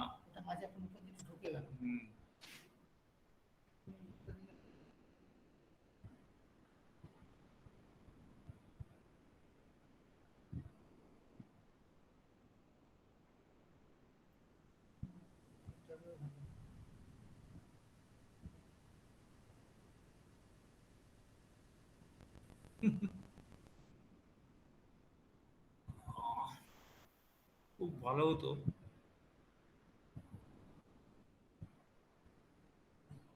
প্রদীপ বাবু আছেন? প্রদীপ, হ্যাঁ হ্যাঁ বলুন। আমি তোমাকে শেয়ার করলে তুমি এটা বলুন। দেখাতে পারবে? এটা আমি মেলে পাঠাচ্ছি। হ্যাঁ দিন দিন দিন, কোন মেলটা দিচ্ছেন? আমি তোমাকে ডেপুটি C2 তে দিচ্ছি। ঠিক ঠিক, দিন আমি দেখছি। তুমি জাস্ট ওটা একটু শেয়ার করে দাও তো। হ্যাঁ হ্যাঁ হ্যাঁ।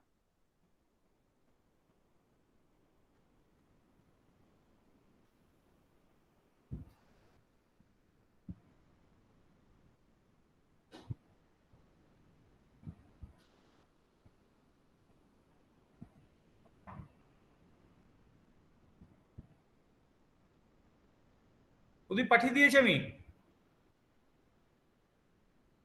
আচ্ছা, আমি প্রদীপ বাবুকে শেয়ার করেছি, উনি স্ক্রিন শেয়ার করছেন। আমি তার আগে একটু বলে নিই, একটি ক্যান্ডিডেট এতদিন পর্যন্ত আমরা, শোনা যাচ্ছে তো স্যার? হ্যাঁ স্যার, শুনতে পাচ্ছি। হ্যাঁ, হ্যাঁ শোনা যাচ্ছে, হ্যাঁ শোনা যাচ্ছে। হ্যাঁ, ঠিক আছে। বলছি আমরা তো এতদিন পর্যন্ত নাম্বার সিস্টেমে ছিলাম। একটি ক্যান্ডিডেট পরীক্ষা দিত, কত নাম্বার পেত, সেই নাম্বারের ভিত্তিতে আমরা সকলকে মার্কশিট দিতাম। কিন্তু এই চয়েস বেড ক্রেডিট সিস্টেমে আমরা নাম্বার থেকে সরে এসে গ্রেডে চলে এসেছি, এবং এই গ্রেডে আসার ফলে আমরা যেটা দিই ছেলেদের হাতে সেটাকে এখন আর মার্কশিট বলি না, সেটাকে আমরা এখন আর গ্রেড কার্ড বলি।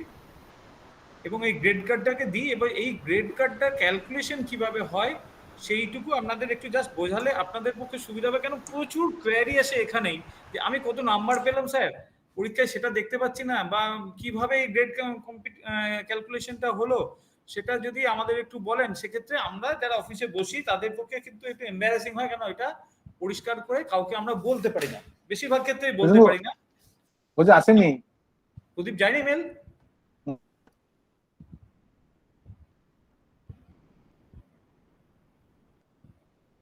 হ্যাঁ দেখো গেছে তো, স্যাম্পল গ্রেড কার্ড পাঠিয়েছি তো।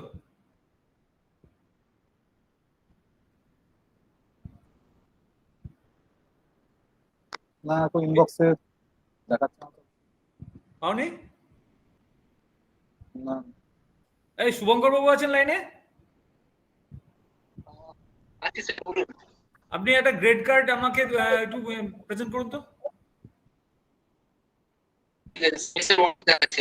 হ্যাঁ হ্যাঁ, সেমিস্টার 1 এর আগে একটা গ্রেড কার্ড দিন, তারপরে সেমিস্টার 6 এ আমরা পড়ে যাব। একটা সেমিস্টার 1 বিএ অনার্স এর বা যে কোনো সাবজেক্টের একটা গ্রেড কার্ড আপনি আমাকে দিন। ঠিক আছে।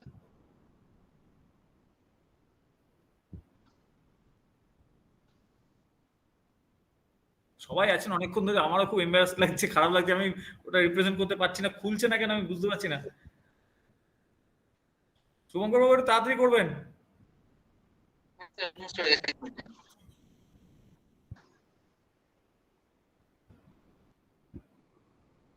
আচ্ছা, এটা কে কি শেয়ার করলেন? সঞ্জীব বাবু?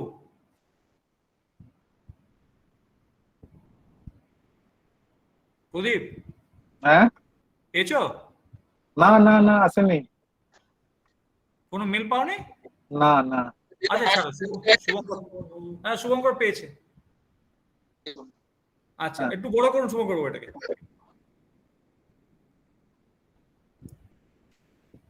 ঠিক আছে, ছেড়ে দিন। আমি একটু রিড আউট করি। হ্যাঁ, আমরা যদি এই গ্রেড কার্ডটাকে রিড আউট করি, এটা হলো আমাদের একটি বিএ অনার্সের সেমিস্টার 1 হিন্দি অনার্সের একটি ক্যান্ডিডেটের গ্রেড কার্ড। সেই গ্রেড কার্ডে আমার রোল বা তার নাম বা সাবজেক্ট যেমন উপরে স্টেটমেন্টে দেওয়া আছে। আমি শুধু আরেকটু নিচের দিকে নামান শুভঙ্কর বাবু।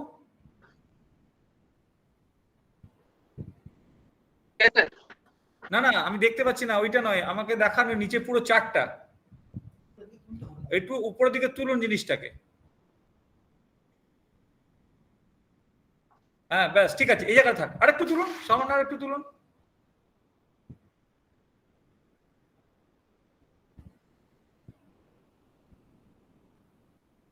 আরে আপনি যেটা দিলেন সেটা এসএনসি প্রথমেই। আরে আরে আরে ভালো ছেলেরা তো দিন, যাকে নিয়ে আমরা তো বলি ভালো ছেলেগুলোকে আমরা ছেড়ে দিই। আর এসএনসিটা আর কিছু নেই নাকি? আচ্ছা আচ্ছা স্যার, দিয়েছে। ভালো টালো দিয়ে একটা ক্যালকুলেশনটা করলে ভালো হয় না? না না স্যার, তাই করছে, ঠিক আছে। আরেকটু উপরে তুলতে হবে। তুমি এই জায়গায় থিওরিটিক্যাল ব্যাখ্যাটা করো, এসএনসি আইএনসির ব্যাখ্যাটা এই সুযোগে সেরে নাও। আমি স্যার একসঙ্গে করে দিচ্ছি স্যার। ওইগুলো ক্লিয়ার করে দিতে হবে। একদম স্যার, একদমই বলে দিচ্ছি। আরেকটু তুলুন উপরে। হ্যাঁ, সেমিস্টার 1 অনার্সের একটি ক্যান্ডিডেট, তার গ্রেড কার্ড, এই গ্রেড কার্ডের উপরের দিকে যা লেখা আছে সেটা তো আমরা জানি কি লেখা আছে, তার রোল নাম্বার, তার সাবজেক্ট, তার কোন সালে পাস, মানে কোন সালে পরীক্ষা, ইত্যাদি ইত্যাদি। শুভঙ্কর বাবু, এটা কিন্তু দেখা যাচ্ছে না, পুরো চার্টটা আমার দরকার, এই নিচে ক্যালকুলেশন। আর একটু তুলে দেন না, উপরে তুলেন, পুরোটা ডিসপ্লে হচ্ছে।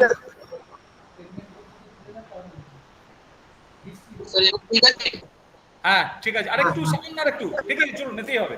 ওই নিচের এইটা দরকার, ফর্মুলাটা। হ্যাঁ ঠিক, আরেকটু ফর্মুলা তুলুন, আরেকটু দিন। এই ফর্মুলাটা আরেকটু তুলেন, এইটা।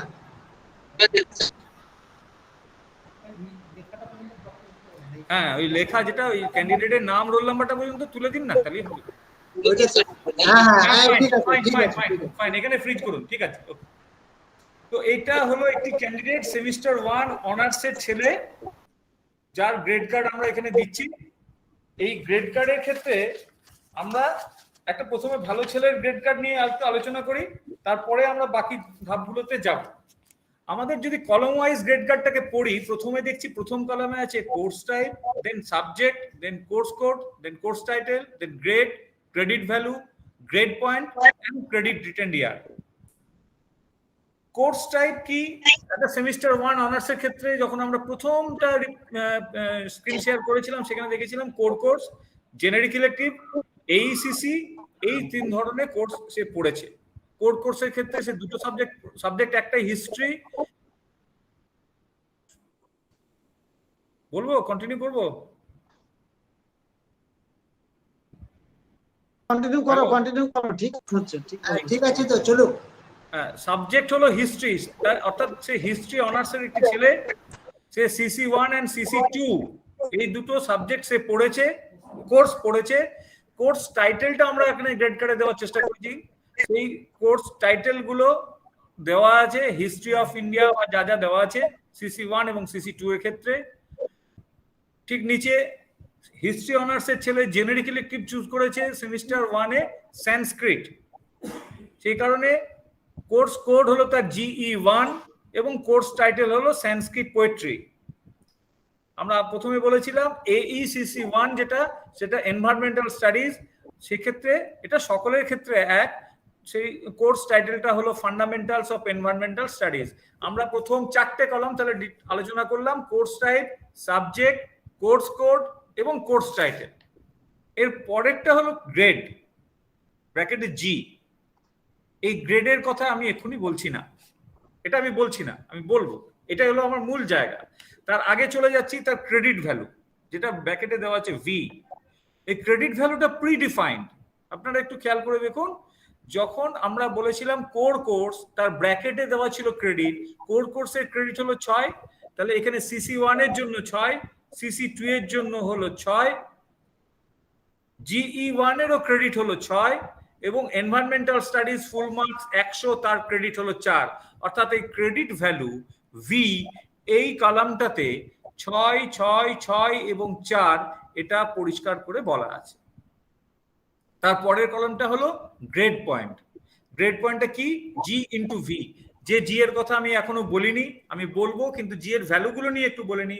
এই ক্যান্ডিডেটের ক্ষেত্রে G গুলো হলো 6, 6, 6 এবং 6, এবং তার ফলে গ্রেড পয়েন্ট অটোমেটিক্যালি এসে দাঁড়ালো 36, 36, 36 এবং 24। এবার আসছি আমি মূল জায়গাটাতে, যেটা জন্য এই গ্রেড কার্ডটা কিভাবে ক্যালকুলেটেড হলো।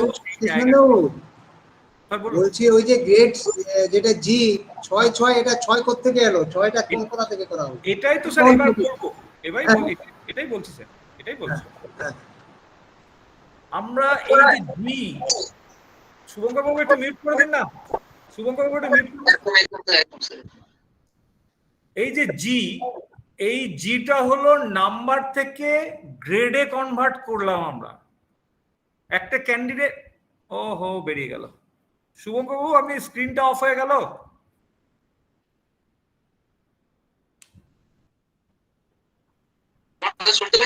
হ্যাঁ ব্যাস ঠিক আছে, আপনি স্ক্রিনটা অফ করে রাখুন, ওই অন থাক, মিউট করুন। ঠিক আছে ঠিক আছে হ্যাঁ ঠিক আছে ঠিক আছে। এখন আবার এই অফ হয়ে চলে গেল, গেল, আবার চলে গেল। আনমিউট করে দিন, তাহলে থাকতে দেখতে পাবো।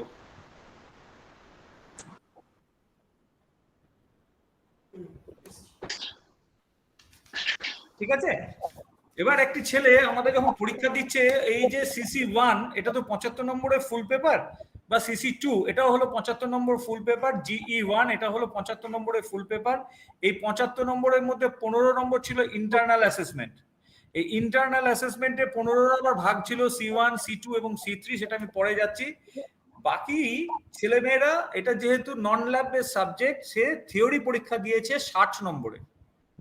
এই 60 নম্বরের মধ্যে যে নাম্বারটা পেলো, সেই নাম্বারটাকে আমরা কিভাবে গ্রেডে কনভার্ট করছি, এটা আমার একেবারে ইন্টারনাল একটা ক্যালকুলেশন, এটা ছেলেদের হাতে যাওয়ার কথা নয়। কিন্তু আমরা যেহেতু সকলেই একটা ইউনিভার্সিটি, সকলে একই পরিবারের সকল সদস্যরা এখানে বসে আছি, আমাদের প্রত্যেকে জানার দরকার, এবং জেনে রাখলে ছেলেদের কাছ থেকে বোঝানো সহজ হবে। এই কারণে আমি বলছি, এই জি এর পিছনের যে ক্যালকুলেশন, সেটা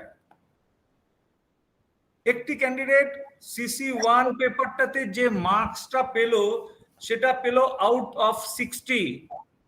সে যে মার্কস পেলো, সেটাকে প্রথমে আমার ক্যালকুলেশন, যারা কম্পিউটার কোম্পানিতে যারা কাজ করেন, যারা আমাদেরকে সার্ভিসটুকু দেন, তারা সেটাকে আগে পার্সেন্টেজে কনভার্ট করেন, কত পার্সেন্ট মার্কস পেলো। শুধু এটা নিয়ে নয়, এই 60-এর উপরে যে নাম্বার পেলো প্লাস 15 ইন্টারনাল অ্যাসেসমেন্টের জন্য যে নাম্বার পেলো, অর্থাৎ 60 প্লাস 15 টোটাল 75 উপর ওই ক্যান্ডিডেট CC1 এ যে নাম্বারটা পেলো, সেটাকে তারা পার্সেন্টেজে কনভার্ট করে। এখানে দেখা যাচ্ছে ওই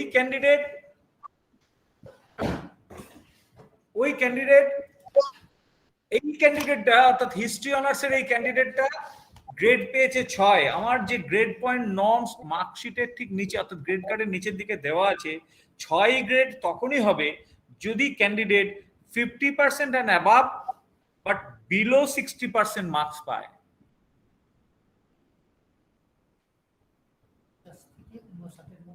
অর্থাৎ সে যদি 37.5 থেকে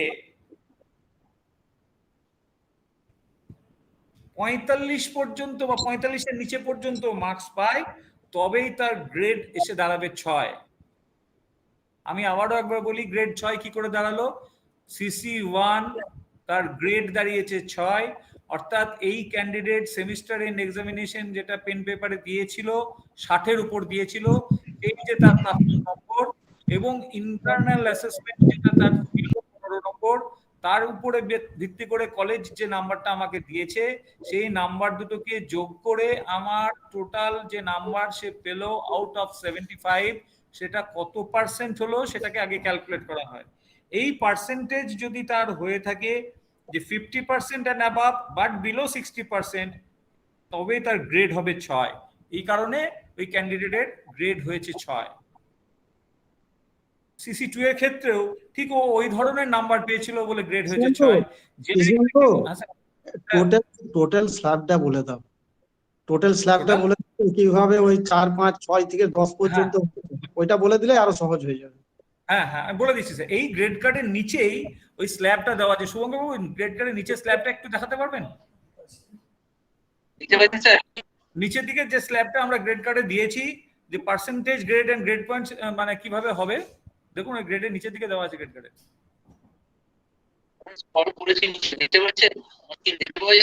হ্যাঁ হ্যাঁ থাক। এই যে গ্রেড পয়েন্ট নর্মস যেটা দেওয়া আছে, অর্থাৎ একটি ক্যান্ডিডেট যদি 90% to 100% মার্কস পায়, তার গ্রেড হবে 10, 70% অ্যান্ড অ্যাবাভ বাট বিলো 80% হয়, গ্রেড হবে 8, বা ওইদিকে 80% অ্যান্ড অ্যাবাভ বাট বিলো 90% হবে 9। অর্থাৎ একটি ক্যান্ডিডেট 10, 9, 8, 7, 6, 5, 4 পর্যন্ত গ্রেড দেওয়া আছে, অর্থাৎ 4 হলো তার মিনিমাম গ্রেড, তাকে পেতেই হবে। যদি 4 কোনটা না 35% অ্যান্ড অ্যাবাভ যদি পায় বাট বিলো 40% পায় তাহলে তার গ্রেড হবে 4, বিলো 35% হলে তার গ্রেড হবে NA। একবার উপরে চলুন, যেখানে ছিলাম আমরা ওখানে চলুন।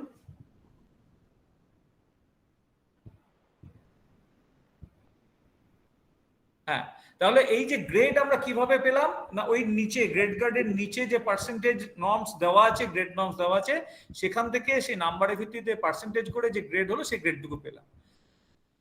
এবার G ইন্টু V করে গ্রেড পয়েন্ট তৈরি করলাম। প্রত্যেকের গ্রেড পয়েন্ট দেখুন 6 ইন্টু 6 36, তারপরটাও 36, তারপরেও 36। এটা সবাই ইউনিটারি হয়ে গেছে, একটু অন্যরকম হলে ভালো হতো। এই হলো 24।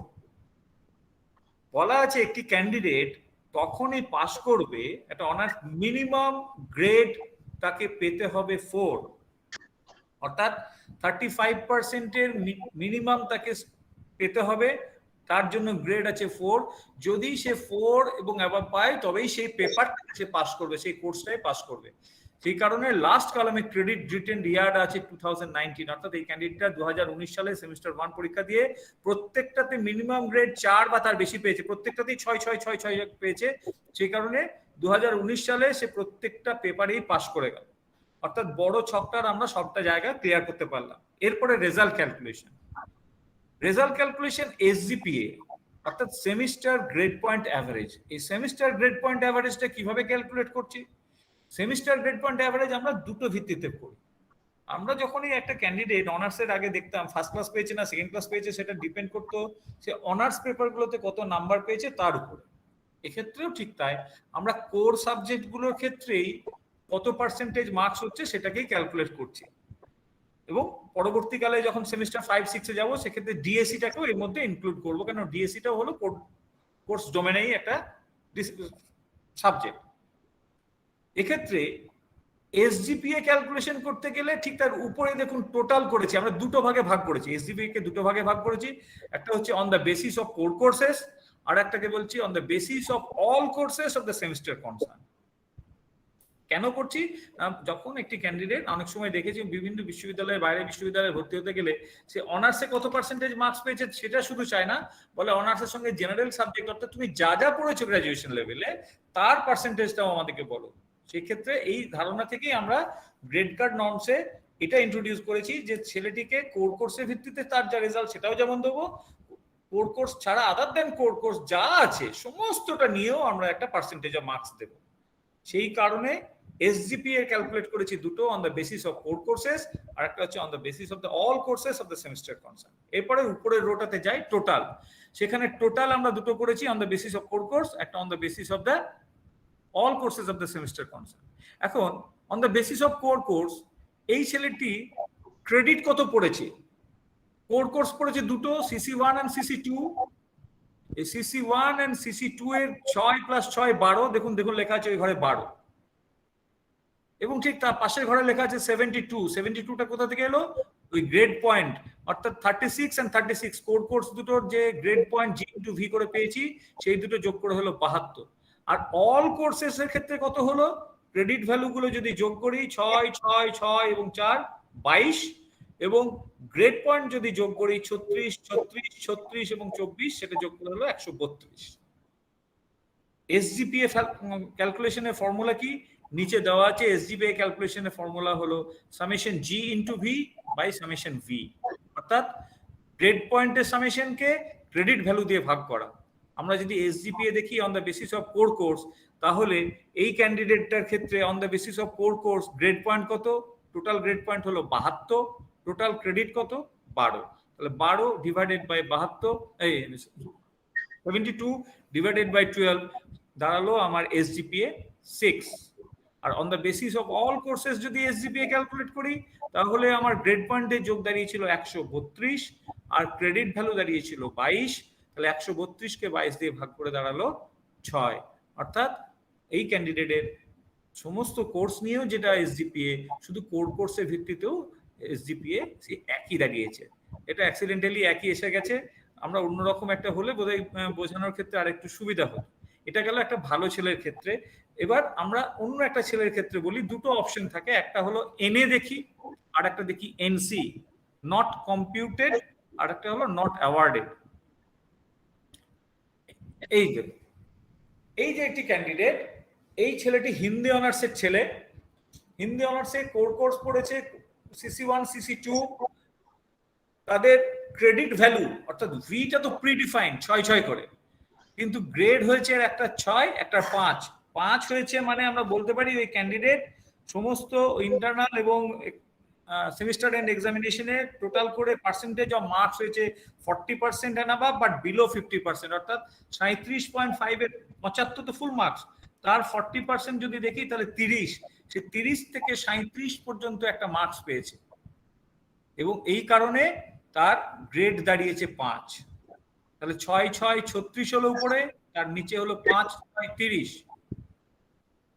এরপরে ইংলিশের ক্ষেত্রে নট কম্পিউটেড, এনসি লেখা আছে, এর গ্রেড এনসি লেখা আছে। এবার নট কম্পিউটেডটা কি? নট কম্পিউটেড কথাটা হলো, শুভঙ্কর বাবু গ্রেড কার্ডের তলাটা একটু দেখিয়ে দিন। নট কম্পিউটেড হলো due to absence in C1, C2 and C4 as applicable or non-submission of project in ACC1. আমরা যে ইন্টারনাল অ্যাসেসমেন্টের কথা বলছি, সেখানে 3টে কম্পোনেন্ট আছে। ওই যে 15 নম্বর কলেজ পরীক্ষা নিচ্ছে সারা সেমিস্টার জুড়ে, অর্থাৎ 6টা মাস ধরে যে পরীক্ষা নিচ্ছে, সেইখানে প্রথম ভাগ যেটা তিনি পরীক্ষা নিচ্ছেন সেটাকে আমরা C1 বলছি। হ্যালো, C1টা হলো প্রথম ইন্টারনাল অ্যাসেসমেন্ট, ফুল মার্কস হলো 5। দ্বিতীয়টা হলো 5, তার ফুল মার্কস, তাকে বলছি আমরা C2, এবং C3 হলো অ্যাটেন্ডেন্স। এখানে একটু ডিটেল একটু বলে নিই। অ্যাটেন্ডেন্সের ক্ষেত্রে আমাদের অর্ডিন্যান্স অনুযায়ী যে স্ট্রাকচার দেওয়া আছে, সেই ক্যান্ডিডেটকে মিনিমাম 50% ক্লাস করতে হবে, ওই কোর্সের ক্ষেত্রে মিনিমাম 50% ক্লাস করতে হবে। সেইখানে আমাদের স্ট্রাকচারে পরিষ্কার বলাই আছে যে 50% and above but below 60% attendance হলে সে 2 নম্বর পাবে, তেমনি 60% এন্ড অ্যাবাভ বাট বিলো 75% বললে 3 নম্বর পাবে, এইভাবে 90% এন্ড অ্যাবাভ হলে 5 নম্বর পাবে। অর্থাৎ ওই C3 কম্পোনেন্টের ক্ষেত্রে তার পরিষ্কার মার্কস বলা আছে, অর্থাৎ 2 3 4 5 এরকম বলা আছে। বিলো 50% হলে তার মানে স্টুডেন্টশিপটাই থাকে না, ক্যান্ডিডেটটাই থাকে না, সে ফর্ম ফিল আপই করতে পারবে না, এবং তার ফলে তার রেজাল্ট ক্যালকুলেশনের কোনো জায়গা থাকবে না। সুতরাং এটা আমরা C3টাকে আমরা আনিয়ে নিই জায়গায়। কিন্তু যেটা সব থেকে গুরুত্বপূর্ণ হলো সেটা হলো C1 and C2। C1 এবং C2 তে ক্যান্ডিডেট 5 এবং 5 এই দুটো যে পরীক্ষা হচ্ছে, যখন প্রথম 2 মাস পর 5-এর পরীক্ষা হচ্ছে এবং 4 মাসের মাথায় যেটা আরেকটা 5-এর পরীক্ষা হচ্ছে, সে যে নাম্বারই পাক না কেন, সে নাম্বার পেতে পারে 0, সে পেতে পারে 1, সে পেতে পারে 2, সে পেতে পারে 3 বা 4 বা 5, যে নাম্বারই সে পাক না কেন, নাম্বারটা কিন্তু তাকে পেতে হবে। অর্থাৎ 0টা একটা ও নাম্বার, 0ও তাকে পেতে হবে। কিন্তু সে কোনো কারণে যদি C1 বা C2 কোনো একটা পরীক্ষায় অ্যাবসেন্ট থেকে যায়, তাহলে তার রেজাল্ট কিন্তু কম্পিউট করা হবে না, নট কম্পিউটেড দেখাবে। এবং আরেকটা জায়গা হলো C4। দুটো পার্ট তাহলে বলছি, একটা ইন্টারনাল অ্যাসেসমেন্ট, ইন্টারনাল অ্যাসেসমেন্টের যে 3টে ঘর C1 C2 C3, C3টা হলো তার অ্যাটেন্ডেন্সের জন্য, সেটা আমরা কনসিডারই করছি না, হচ্ছে 2 মিনিমাম পেয়েছে ধরেই নিচ্ছি। বাকি থাকলো C1 এবং C2। এই C1 এবং C2-র ক্ষেত্রে তাকে মিনিমাম মার্কস 0 বা ম্যাক্সিমাম 5 এই রেঞ্জের মধ্যে তাকে একটা নাম্বার পেতেই হবে। অ্যাটেন্ডেন্সটা হচ্ছে জরুরি, কিন্তু সেই ক্যান্ডিডেট যদি অ্যাপিয়ার না করে পরীক্ষায় C1 বা C2-তে, তাহলে কিন্তু তার রেজাল্ট NC আসবে। আরেকটা জায়গায় NC আসতে পারে, অর্থাৎ যখন সেমিস্টারের পরীক্ষাগুলো হয়, নিজের কলেজে বা অন্য কলেজে গিয়ে পরীক্ষা দিতে হয়, তখন যে পরীক্ষাতে সে যদি C4-এ অ্যাবসেন্ট থেকে যায়, তাহলেও তার রেজাল্টটা NC আসবে। শুভঙ্কর বাবু একটু উপরে তুলুন। এই তাহলে দুটো ভাগে NC আমি পেলাম। একটা NC হলো due to absence in internal portion C1 বা C2-তে, আর একটা NC হলো due to absence in C4, অর্থাৎ সেমিস্টার এন্ড রিটেন বা থিওরি এক্সামিনেশন যেটা হলো সেক্ষেত্রে। মজার কথা হলো,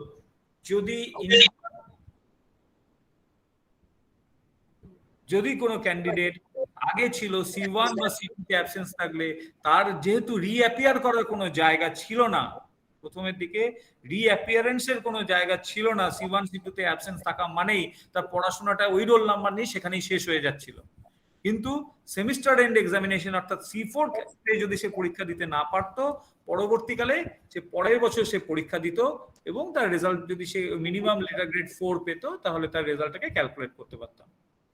তো এক্ষেত্রে আমরা জানি না কি কারণে এনসি হয়েছে, যেহেতু এনসি হয়েছে এর রেজাল্ট কিন্তু কম্পিউট করতে পারিনি। দেখুন নিচের দিকে টোটালের ঘরে the basis of the course, আমরা জানি ক্রেডিট 6 আর 6 12, কিন্তু 36 + 30 যোগ করে কিন্তু এখানে 66 আমরা লিখতে পারিনি কেন না, এই ক্যান্ডিডেট তখনই রেজাল্ট ক্যালকুলেট করতে পারবো প্রি কন্ডিশন হচ্ছে প্রত্যেকটা সাবজেক্টে মিনিমাম লেটার গ্রেড 4 তাকে পেতে হবে।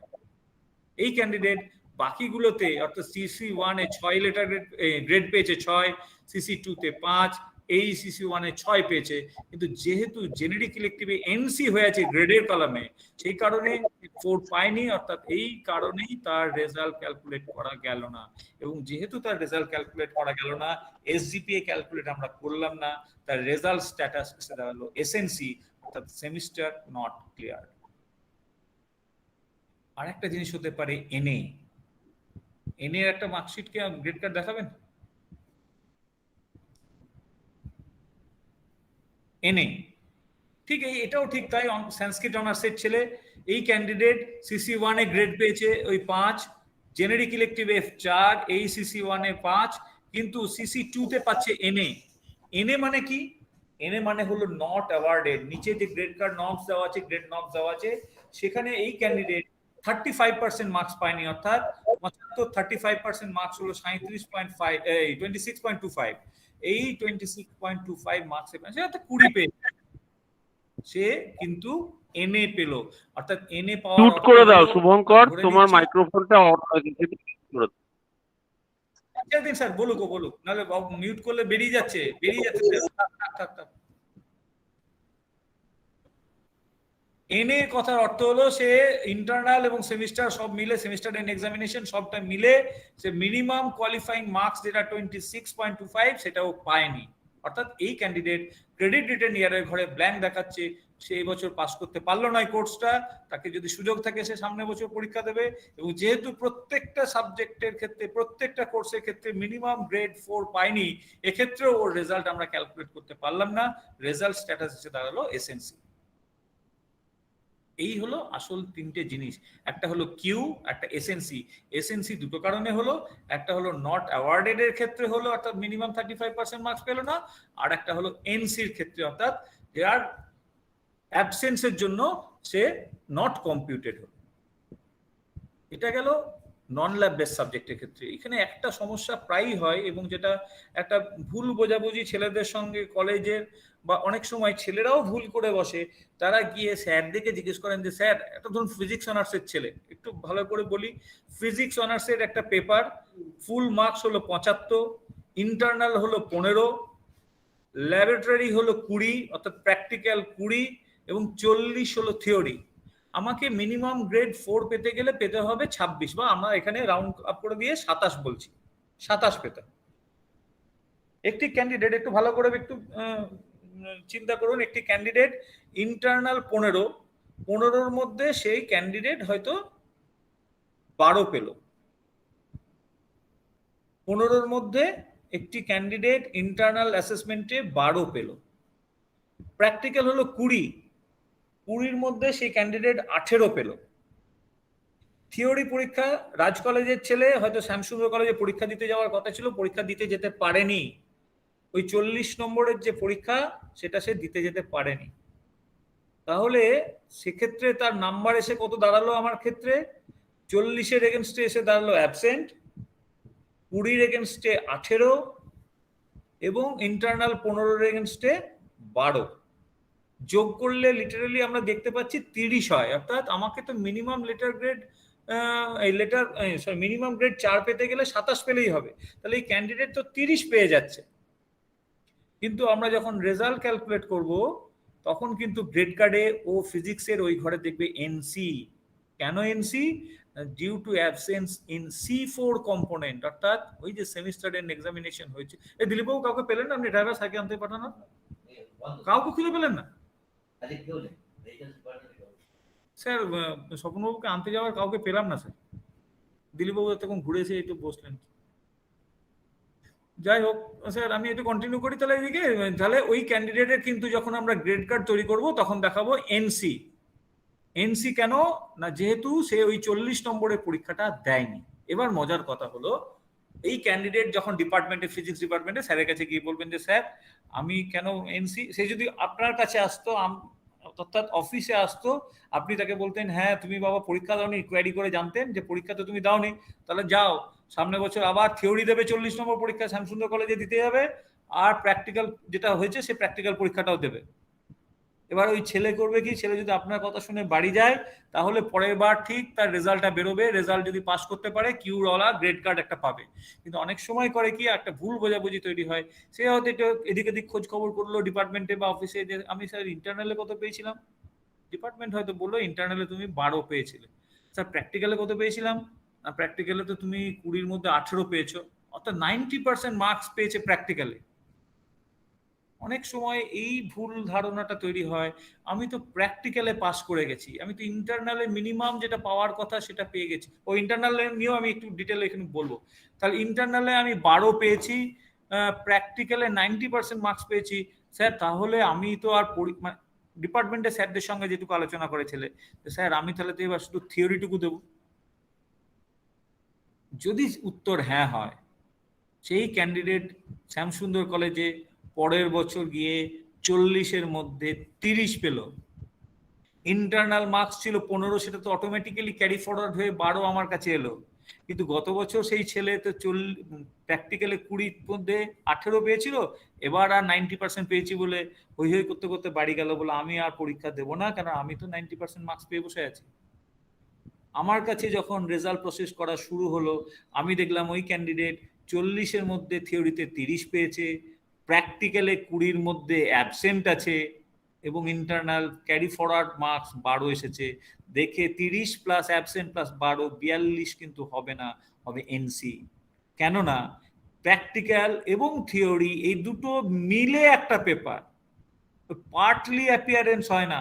ওই ক্যান্ডিডেটকে এ বছরও প্র্যাকটিক্যালি অ্যাপিয়ার হয়ে 0 নাম্বার পেলেও আমরা 30 প্লাস 0 প্লাস 12 42 লিখতাম, এনসি লিখতাম না। এই ভুলটা কিন্তু মারাত্মক একটা জায়গায় গিয়ে দাঁড়ায়, যে প্রত্যেকটা ক্যান্ডিডেটকে প্রত্যেকটা পার্টে আদার দ্যান ইন্টারনাল অ্যাসেসমেন্ট এবং প্রজেক্ট যদি থাকতো, এটা ছাড়া প্রত্যেকটা পার্টে কম্পোনেন্টে তাকে অ্যাপিয়ার হতে হবে। সে যদি এই ধারণা দিয়ে থাকে যে আমি প্র্যাকটিক্যালে গতবার 90% পেয়েছি, আমি এবছর আর দেবো না, বা উল্টোটা হতে পারে, থিওরিতে আমি প্রচুর নাম্বার পেয়েছি, প্র্যাকটিক্যালটা আমি গতবার দিতে পারিনি, শুধুমাত্র প্র্যাকটিক্যালটা দিলাম, তাহলে রেজাল্ট কিন্তু আবারও এনসি থাকবে। এই ভুল বোঝাবুঝি করতে করতে 3টে বছর চলে গেলে প্রত্যেক সেমিস্টারের জন্য যেহেতু 3টে করে অপশন দেওয়া যায়, 3টে করে চান্সের সুযোগ আছে, তার পুরো স্টুডেন্টশিপটাই সিজ হয়ে যায়। তখন ছেলেমেয়েরা আপনাদের কাছে গিয়ে ধাঁচামেচি করে, আমাদের ঘরের দরজা এসে ধাক্কাধাক্কি করে যে স্যার আমাদের কি উপায় কি আছে। এই কারণে তখন আমরা একটু বলবো সচেতনভাবে, সকলকে আমরা নিশ্চয়ই অফিস থেকে একটু বলে থাকি, আমরা ছেলেদেরকে বলি যে এই স্যারদের কাছে যাবে তোমরা কি পড়ছো জানার জন্য, কোন রেফারেন্স, কোন বই পড়বে, কোন সাবজেক্টে নিয়ে কি কি রেফারেন্স বই পড়বে সেগুলো জানবে, কিন্তু কোনটা কখন পরীক্ষা হবে সেটা কিন্তু অফিসের সঙ্গে যোগাযোগ রাখবে। অফিস এগুলোকে ঠিকভাবে প্রোভাইড করে, কিন্তু যাতে এই ভুল বোঝাবুঝিটা না হয়, ছেলেরা নিজেদের দোষে যাতে ভিক্টিমাইজড না হয়, সেটা দেখা কিন্তু আমাদের খুব একটা প্রয়োজনীয় জায়গা। আর একটা কথা আমি বলবো, এটা খুব হয়তো মানে বলাটা দরকার, কিন্তু খুব মিষ্টি কথা নয়, সেটা হলো ইন্টারনাল অ্যাসেসমেন্টের পার্ট। অনেক ক্ষেত্রে আমরা রেজাল্ট প্রসেস করার পর দেখছি প্রচুর ছেলে রেজাল্ট ইনকমপ্লিট এসে দাঁড়াচ্ছে। জাস্ট একটু সুযোগ পেয়েছি সকলের সামনে কথা বলার বলে বলছি, যদিও এই প্ল্যাটফর্মে এটা বলার মনে হয় না দরকার ছিল, তবু বলি। সেটা হলো প্রচুর ছেলে রেজাল্ট ইনকমপ্লিট দেখাচ্ছে। কেন দেখাচ্ছে না, আপনাদের কাছে বলি, ইন্টারনাল অ্যাসেসমেন্টের জন্য বরাদ্দ আছে 15 নম্বর কোর সাবজেক্ট জেনারেল ইলেকটিভ ডিএসসির ক্ষেত্রে, বা এসিসির ক্ষেত্রে আছে 10 নম্বর। আমাদের এসিসি কথাটা এখন বাদ দিয়ে আমরা যদি ওই কোর কোর্স ডিএসসি এবং জেনারিক ইলেকটিভের কথা ভাবি, তার 3টে component, C1 full marks 5, C2 full marks 5, C3 full marks 5। C3টা হলো স্পেসিফিক্যালি মেনশন করা আছে অ্যাটেন্ডেন্সের জন্য, একটি ক্যান্ডিডেট কত কত নাম্বার পেতে পারবে ওই কোর্সের জন্য সেটা বলা আছে যে 50% থেকে 60%-এর মধ্যে যদি অ্যাটেন্ডেন্স থাকে তাহলে পাবে 2, 60% এন্ড অ্যাবাভ বাট বিলো 70% পাবে 3, 70% 75 থেকে 90 4, 90 অ্যাবাভ হলে 5। একেবারে পরিষ্কার বলা আছে। তাহলে একটি ছেলে হিস্ট্রি অনার্সে বা সংস্কৃত অনার্সে CC1 এ কত পেয়েছে অ্যাটেন্ডেন্সে, এই C1 C2 C3 এই 15টাকে যদি ভাগ করি তাহলে আমি C3 এর ক্ষেত্রে সে যদি ধরেই নিই যে সে 80% ক্লাস করেছে, তাহলে তার জন্য 4 তো আমি ফিক্স করেই দিলাম, 4 তো সে পেলো। আর C1 C2 তে সে কত কত পেয়েছে, C1 C2 তে পেয়েছে ওই 2 বা 2 করে, তাহলে 2 + 2 + 4 অর্থাৎ 8 নম্বর তার জন্য বরাদ্দ হলো আউট অফ 15। মুশকিল কথা হলো মিনিমাম কত পেতে পারে একটা ছেলে। আমরা যদি একটা রেঞ্জের কথা বলি, মিনিমাম পেতে পারে C1 এ 0, C2 তে 0, পরীক্ষা দিল ইররিলেভেন্ট অ্যান্সার লিখলো 0 পেল, C2 তেও তাই হলো, C3 তে সে অ্যাটেন্ডেন্সের জন্য পেল 2, অর্থাৎ 0 + 0 + 2, 2 নাম্বার সে মিনিমাম পেতে পারে, এর থেকে কম সে পেতে পারে না। যদি C1 এ অ্যাবসেন্ট থাকে তাহলে কি হবে, C1 এ অ্যাবসেন্ট থাকলেই তো NC হবে, C2 তে যদি অ্যাবসেন্ট থাকে বাকিগুলোতে নাম্বার থাকে তাহলেও NC হবে। কিন্তু সে পরীক্ষায় হাজির হলো, ইররিলেভেন্ট অ্যান্সার লিখলো, 0 মার্কস পেলো, 0টাও একটা মার্কস, তাহলে আমার পেতে পারে 0 + 0 + মিনিমাম অ্যাটেন্ডেন্সে 2, তাহলে 2 হলো মিনিমাম মার্কস। আর ম্যাক্সিমাম পেতে পারে C1 এ 5, C2 তে 5 এবং C3 তে অ্যাটেন্ডেন্স 90% এর অ্যাবাভের জন্য 5, অর্থাৎ 5 + 5 + 15। স্ট্যাটিস্টিক্স এর ভাষায় আমরা বলতে পারি এই অ্যাটেন্ডেন্স ইন্টারনাল অ্যাসেসমেন্টের জন্য টোটাল মার্কস রেঞ্জ হলো 2 থেকে 15। নিশ্চয়ই পরিষ্কার হয়েছে যে একটা ক্যান্ডিডেট মিনিমাম মার্কস পেতে পারে 2, ম্যাক্সিমাম পেতে পারে 15। এই ইন্টারনাল অ্যাসেসমেন্টের ক্ষেত্রের জন্যই আমাদের আইএনসিটা বেশিরভাগ ক্ষেত্রে দেখতে পাই, কেননা বিভিন্ন কলেজ থেকে আমরা যে মার্কস পাই পোর্টালের মাধ্যমে যে ক্যাপচার করি, 0 পাই, আমরা 1 পাই, আমরা 16 পাই, আমরা 21 পাই, আমরা 22 পাই, আমরা 18 পাই। আমি জানি না কিভাবে ক্যালকুলেশনটা হয়, কোথাও হয়তো গন্ডগোলটা হয় ক্যালকুলেশন করতে গিয়ে, কিন্তু 0 বা 1 কোনো কারণে একটি ছেলে পেতে পারে না, কেননা তাকে ওই C3 এর জন্য তার মিনিমাম 2 আছে, সেখানে C3 তে বিলো 50% অ্যাটেন্ডেন্স হলেই সে নন কলিজিয়েট হয়ে যাবে, ডিসকলিজিয়েট হয়ে যাবে, তাহলে ফর্ম ফিল আপই করতে পারবে না। সুতরাং আমাদের 2 থেকে 15 যদি এই মধ্যে মার্কস থাকে, আইএনসির সংখ্যাটা অনেক কমে যাবে। এখন সব থেকে আমাদের কাছে বড় একটা বার্নিং ইস্যু হলো এই আইএনসি মিট আপ করা। অনেক কলেজ, আমি নাম করতে চাইছি না, আমরাই করি, ধরুন আমিও আপনাদের একটা পার্ট, সেখানে দেখেছি 20, 22, 23, 24, 25 এই রেঞ্জে মার্কস এসছে ইন্টারনাল অ্যাসেসমেন্ট, আইএনসি এসছে, তারা এসছেন, ছেলেরা এসছে, টিচাররা এসছেন, প্রিন্সিপাল স্যাররা এসছেন, তাদেরকে বলেছি, বহু আমাদের সবাই মিলে কন্ট্রোলার্স ডিপার্টমেন্ট বলুন বা ভাইস চ্যান্সেলর স্যার বলুন, প্রভিসি স্যার বলুন, এদের সকলের সামনে আলোচনা হয়েছে যে এটা কি করে হয়। তারা ভুল স্বীকার করে সেকেন্ড টাইম যখন মার্কস সাবমিট করছেন তখন কিন্তু ওই 20 নিচে নামছেন, তার নিচে কিন্তু নামছেন না, 18 বা 17 নিচে কিন্তু আর নামছেন না। সেকেন্ড টাইম মার্কস দিলেন 16, 17, 16, 17, 18, 16, 17, 18, কিন্তু আমাদের বোঝাতে পারলাম না যে মার্কসটা কিন্তু ওই 2 থেকে 15 এর মধ্যে ভ্যারি করতে হবে।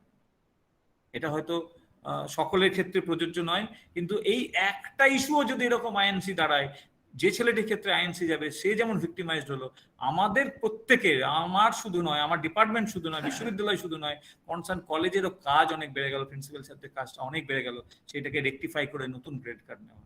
আমি আশা করব আমি আমার বক্তব্য যেটুকু বললাম বোঝাতে পারলাম। এরপরেও যদি কিছু কোয়েরি থাকে, যদি কোনো জিজ্ঞাসা থাকে এই স্ট্রাকচারাল এবং রেজাল্ট প্রসেসিং এর দিক থেকে, দুটো কথা অবশ্য বলা হয়নি, ছেলেমেয়েরা জিজ্ঞেস করে, এক নম্বর হলো অনার্স ড্রপ এবং দ্বিতীয় হলো কনভার্সন। এই দুটো একটু ছোট্ট করে বলে নি। অনার্স ড্রপের ক্ষেত্রে রেগুলেশন পরিষ্কার করে বলা আছে যে একটি ক্যান্ডিডেট অনার্স ড্রপ করতে পারে। কখন অনার্স ড্রপ করবে? বিফোর, মানে তার সেকেন্ড সেমিস্টারে ক্লাস শুরু হওয়ার ঠিক আগে। সেমিস্টার 1 এ পরীক্ষা দিল, পরীক্ষা দিয়েই সে যদি মনে করে আমি অনার্স ড্রপ করব, রেজাল্ট বেরোনোর পরে পরে সে যদি মনে করে যে আমি অনার্স ড্রপ করব, সে অনার্স ড্রপ করতে পারে, কিন্তু ওই সাবজেক্টটাই তার জেনারেলে কনভার্ট যেমন হবে এবং একটি করে চান্স, যেমন পার্ট সিস্টেমে ছিল একটি করে চান্স তার চলে যাওয়ার কথা, একটি চান্সও তার চলে যাবে। আর একটা হলো অনার্স থেকে, হ্যাঁ, তাকে আবার সেমিস্টার 1-এ বসতে হবে, এবং তার প্রথমবার সেমিস্টার 1-এ বসা মানেও তার কি সেকেন্ড চান্স অ্যাভেল করে পরীক্ষায় বসা শুরু হয়ে গেল। এটা গেল অনার্স ড্রপের ক্ষেত্রে। দ্বিতীয় হলো ক্যান্সেলেশন অফ এক্সামিনেশন। সেটাও যেমন ছিল যে থিওরিটিক্যাল পরীক্ষা শেষ হওয়ার 15 দিনের মধ্যে হাতে লেখা একটি চিঠি কন্ট্রোলারকে অ্যাড্রেস করে পরীক্ষা ক্যান্সেল করতে পারে, সেক্ষেত্রে তার থিওরি এবং তার প্র্যাকটিক্যাল টোটাল পরীক্ষাটা শেষ হবে। শুভঙ্কর বাবু, সেমিস্টার 6 এর একটা গ্রেড কার্ড আমাকে দেখান। এই হলো সেমিস্টার 1 এর যেমন গ্রেড কার্ড আমরা দেখলাম, তেমনি 1, 2, 3, 4, 5 প্রত্যেকটা সেমিস্টারের জন্য ইন্ডিভিজুয়াল গ্রেড কার্ড গুলো অলমোস্ট এক। কিন্তু সেমিস্টার, শুভঙ্কর বাবু শোনা যাচ্ছে?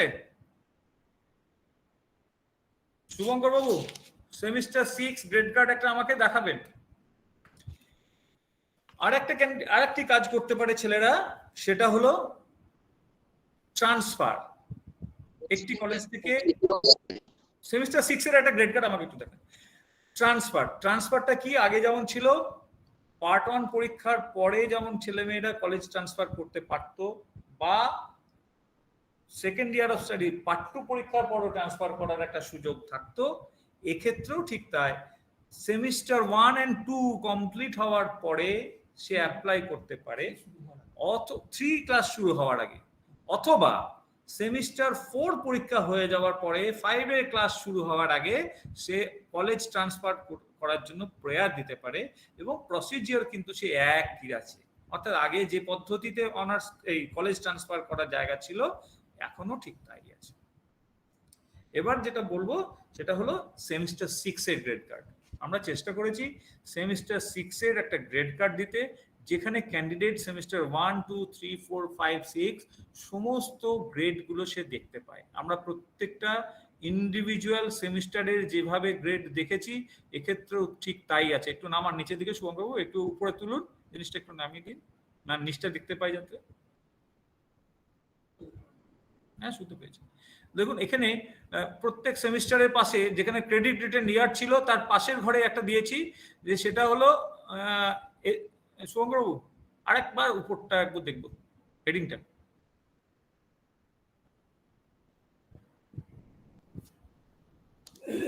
হেডিংটা একবার দেখান।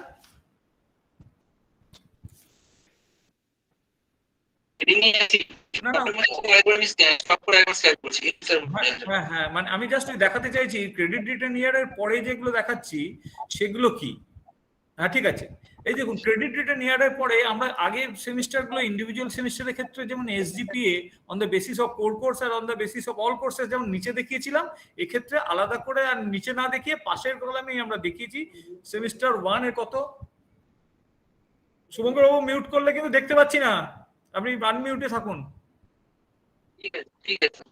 হ্যাঁ, এখানে সেমিস্টার 1 এই ক্যান্ডিডেটটা 2017 সালে সব পেপারগুলো পেয়ে গেছে, তার এসজিপিএ 7 এবং 5.82 অল কোর্সের ভিত্তিতে রেজাল্ট কিউ ইত্যাদি ইত্যাদি দেখলাম। এইগুলো সব দেখার পরে আবার আউট হয়ে গেল।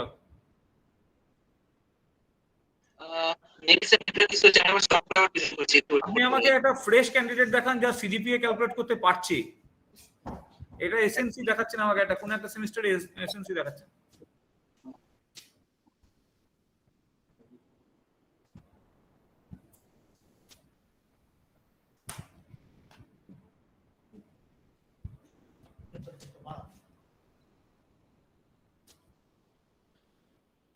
এই গ্রেড কার্ডটা হলে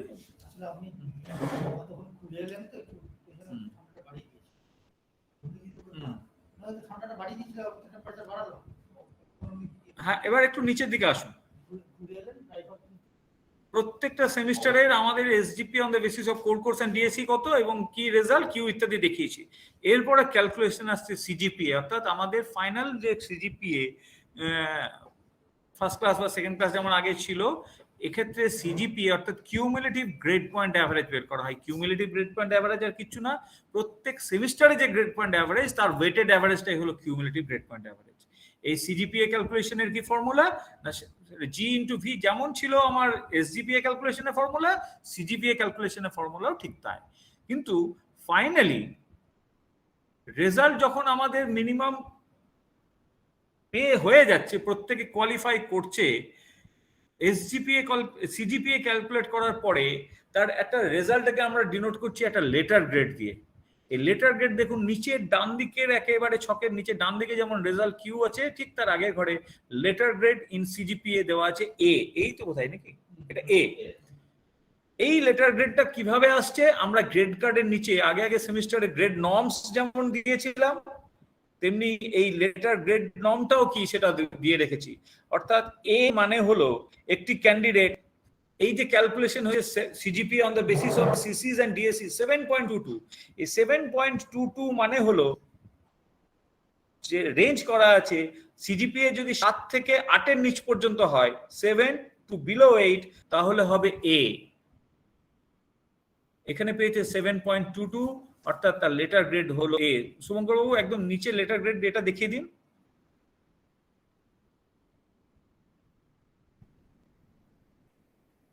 আরো যান নিচে একদম শুভঙ্কর বাবু।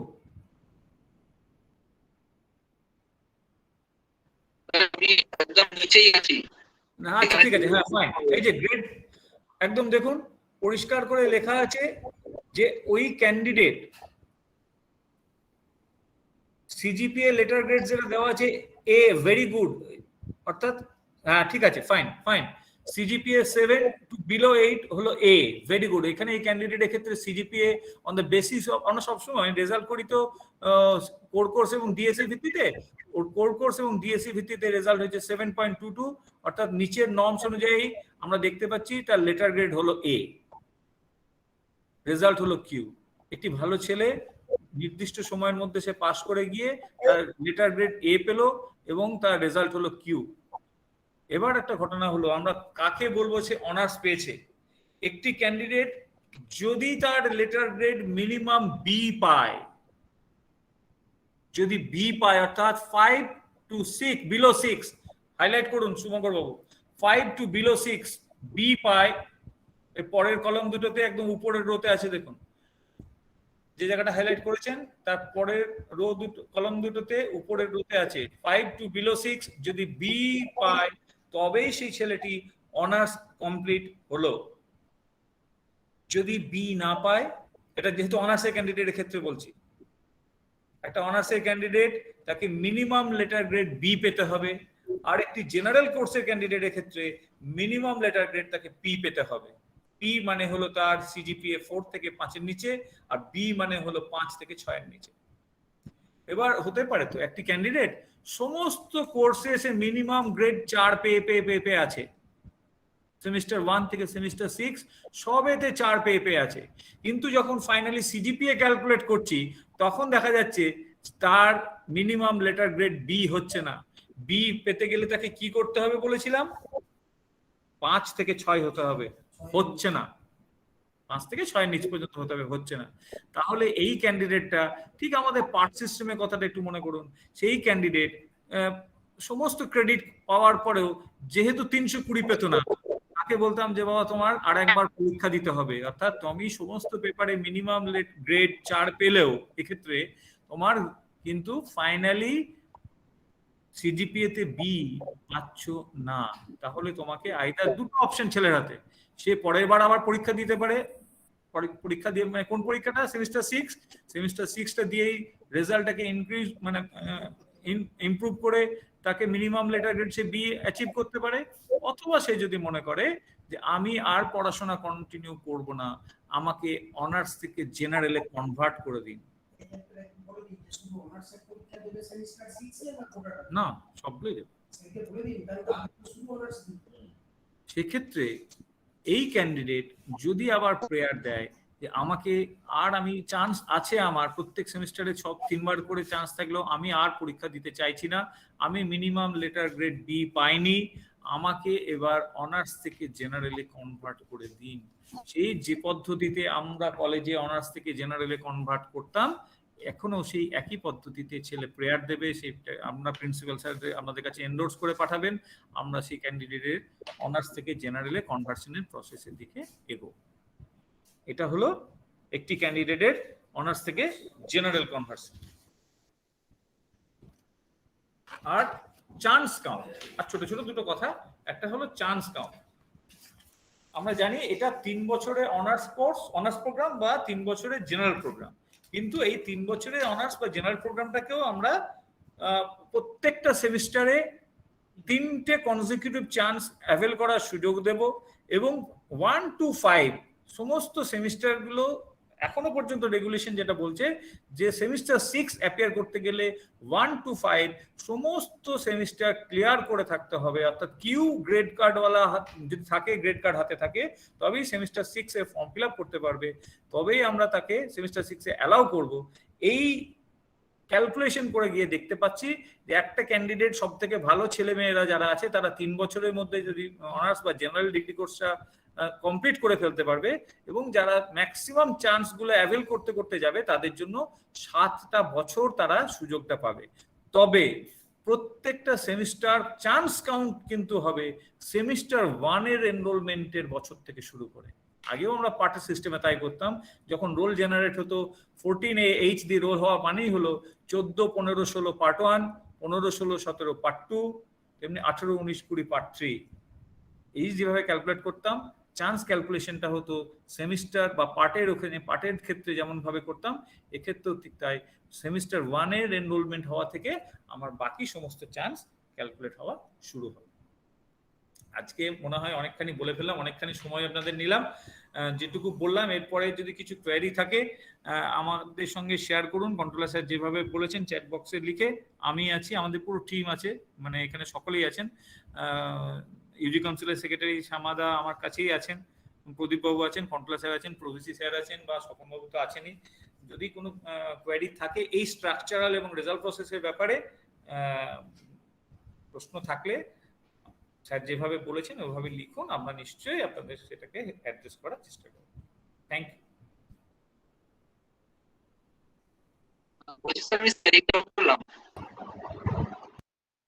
শোনো, খুবই ভালো বলা হয়েছে। সুতরাং আমাদের এটাকে যদি সম্ভব হয় কলেজগুলোর তরফে তো আমাদের রেকর্ড করা থাকছে, যদি কেউ চান তাহলে কৃষ্ণেন্দু বাবু লেকচারটা আমি বলবো এটা একটা সিডি করে আমরা যদি প্রোভাইড করে দিতে পারি কলেজকে, তাহলে আরো কলেজের পক্ষে সুবিধা হবে। এটা সফট ভার্সনটা মানে বিশেষ করে স্ট্রাকচারের পার্টটা যেটা, সেটা খুবই সুন্দর বলা হয়েছে, আর সেকেন্ড পার্টটাও ভালো হয়েছে। তবে ওই কোর্সগুলো সম্পর্কে যদি কারো আমাদের কোনো আলোচনা থাকে, আমরা ভবিষ্যতে আবার আলোচনার সুযোগ নেব বা চেষ্টা করব। কিন্তু আশা করি স্ট্রাকচার রিলেটেড যে ব্যাপারটা, যেটাতে সবচেয়ে বেশি অফিসের সমস্যা হয়, সেই জায়গাটা কৃষ্ণেন্দু খুব পরিষ্কার করে ক্লিয়ার করে ব্যাখ্যা করে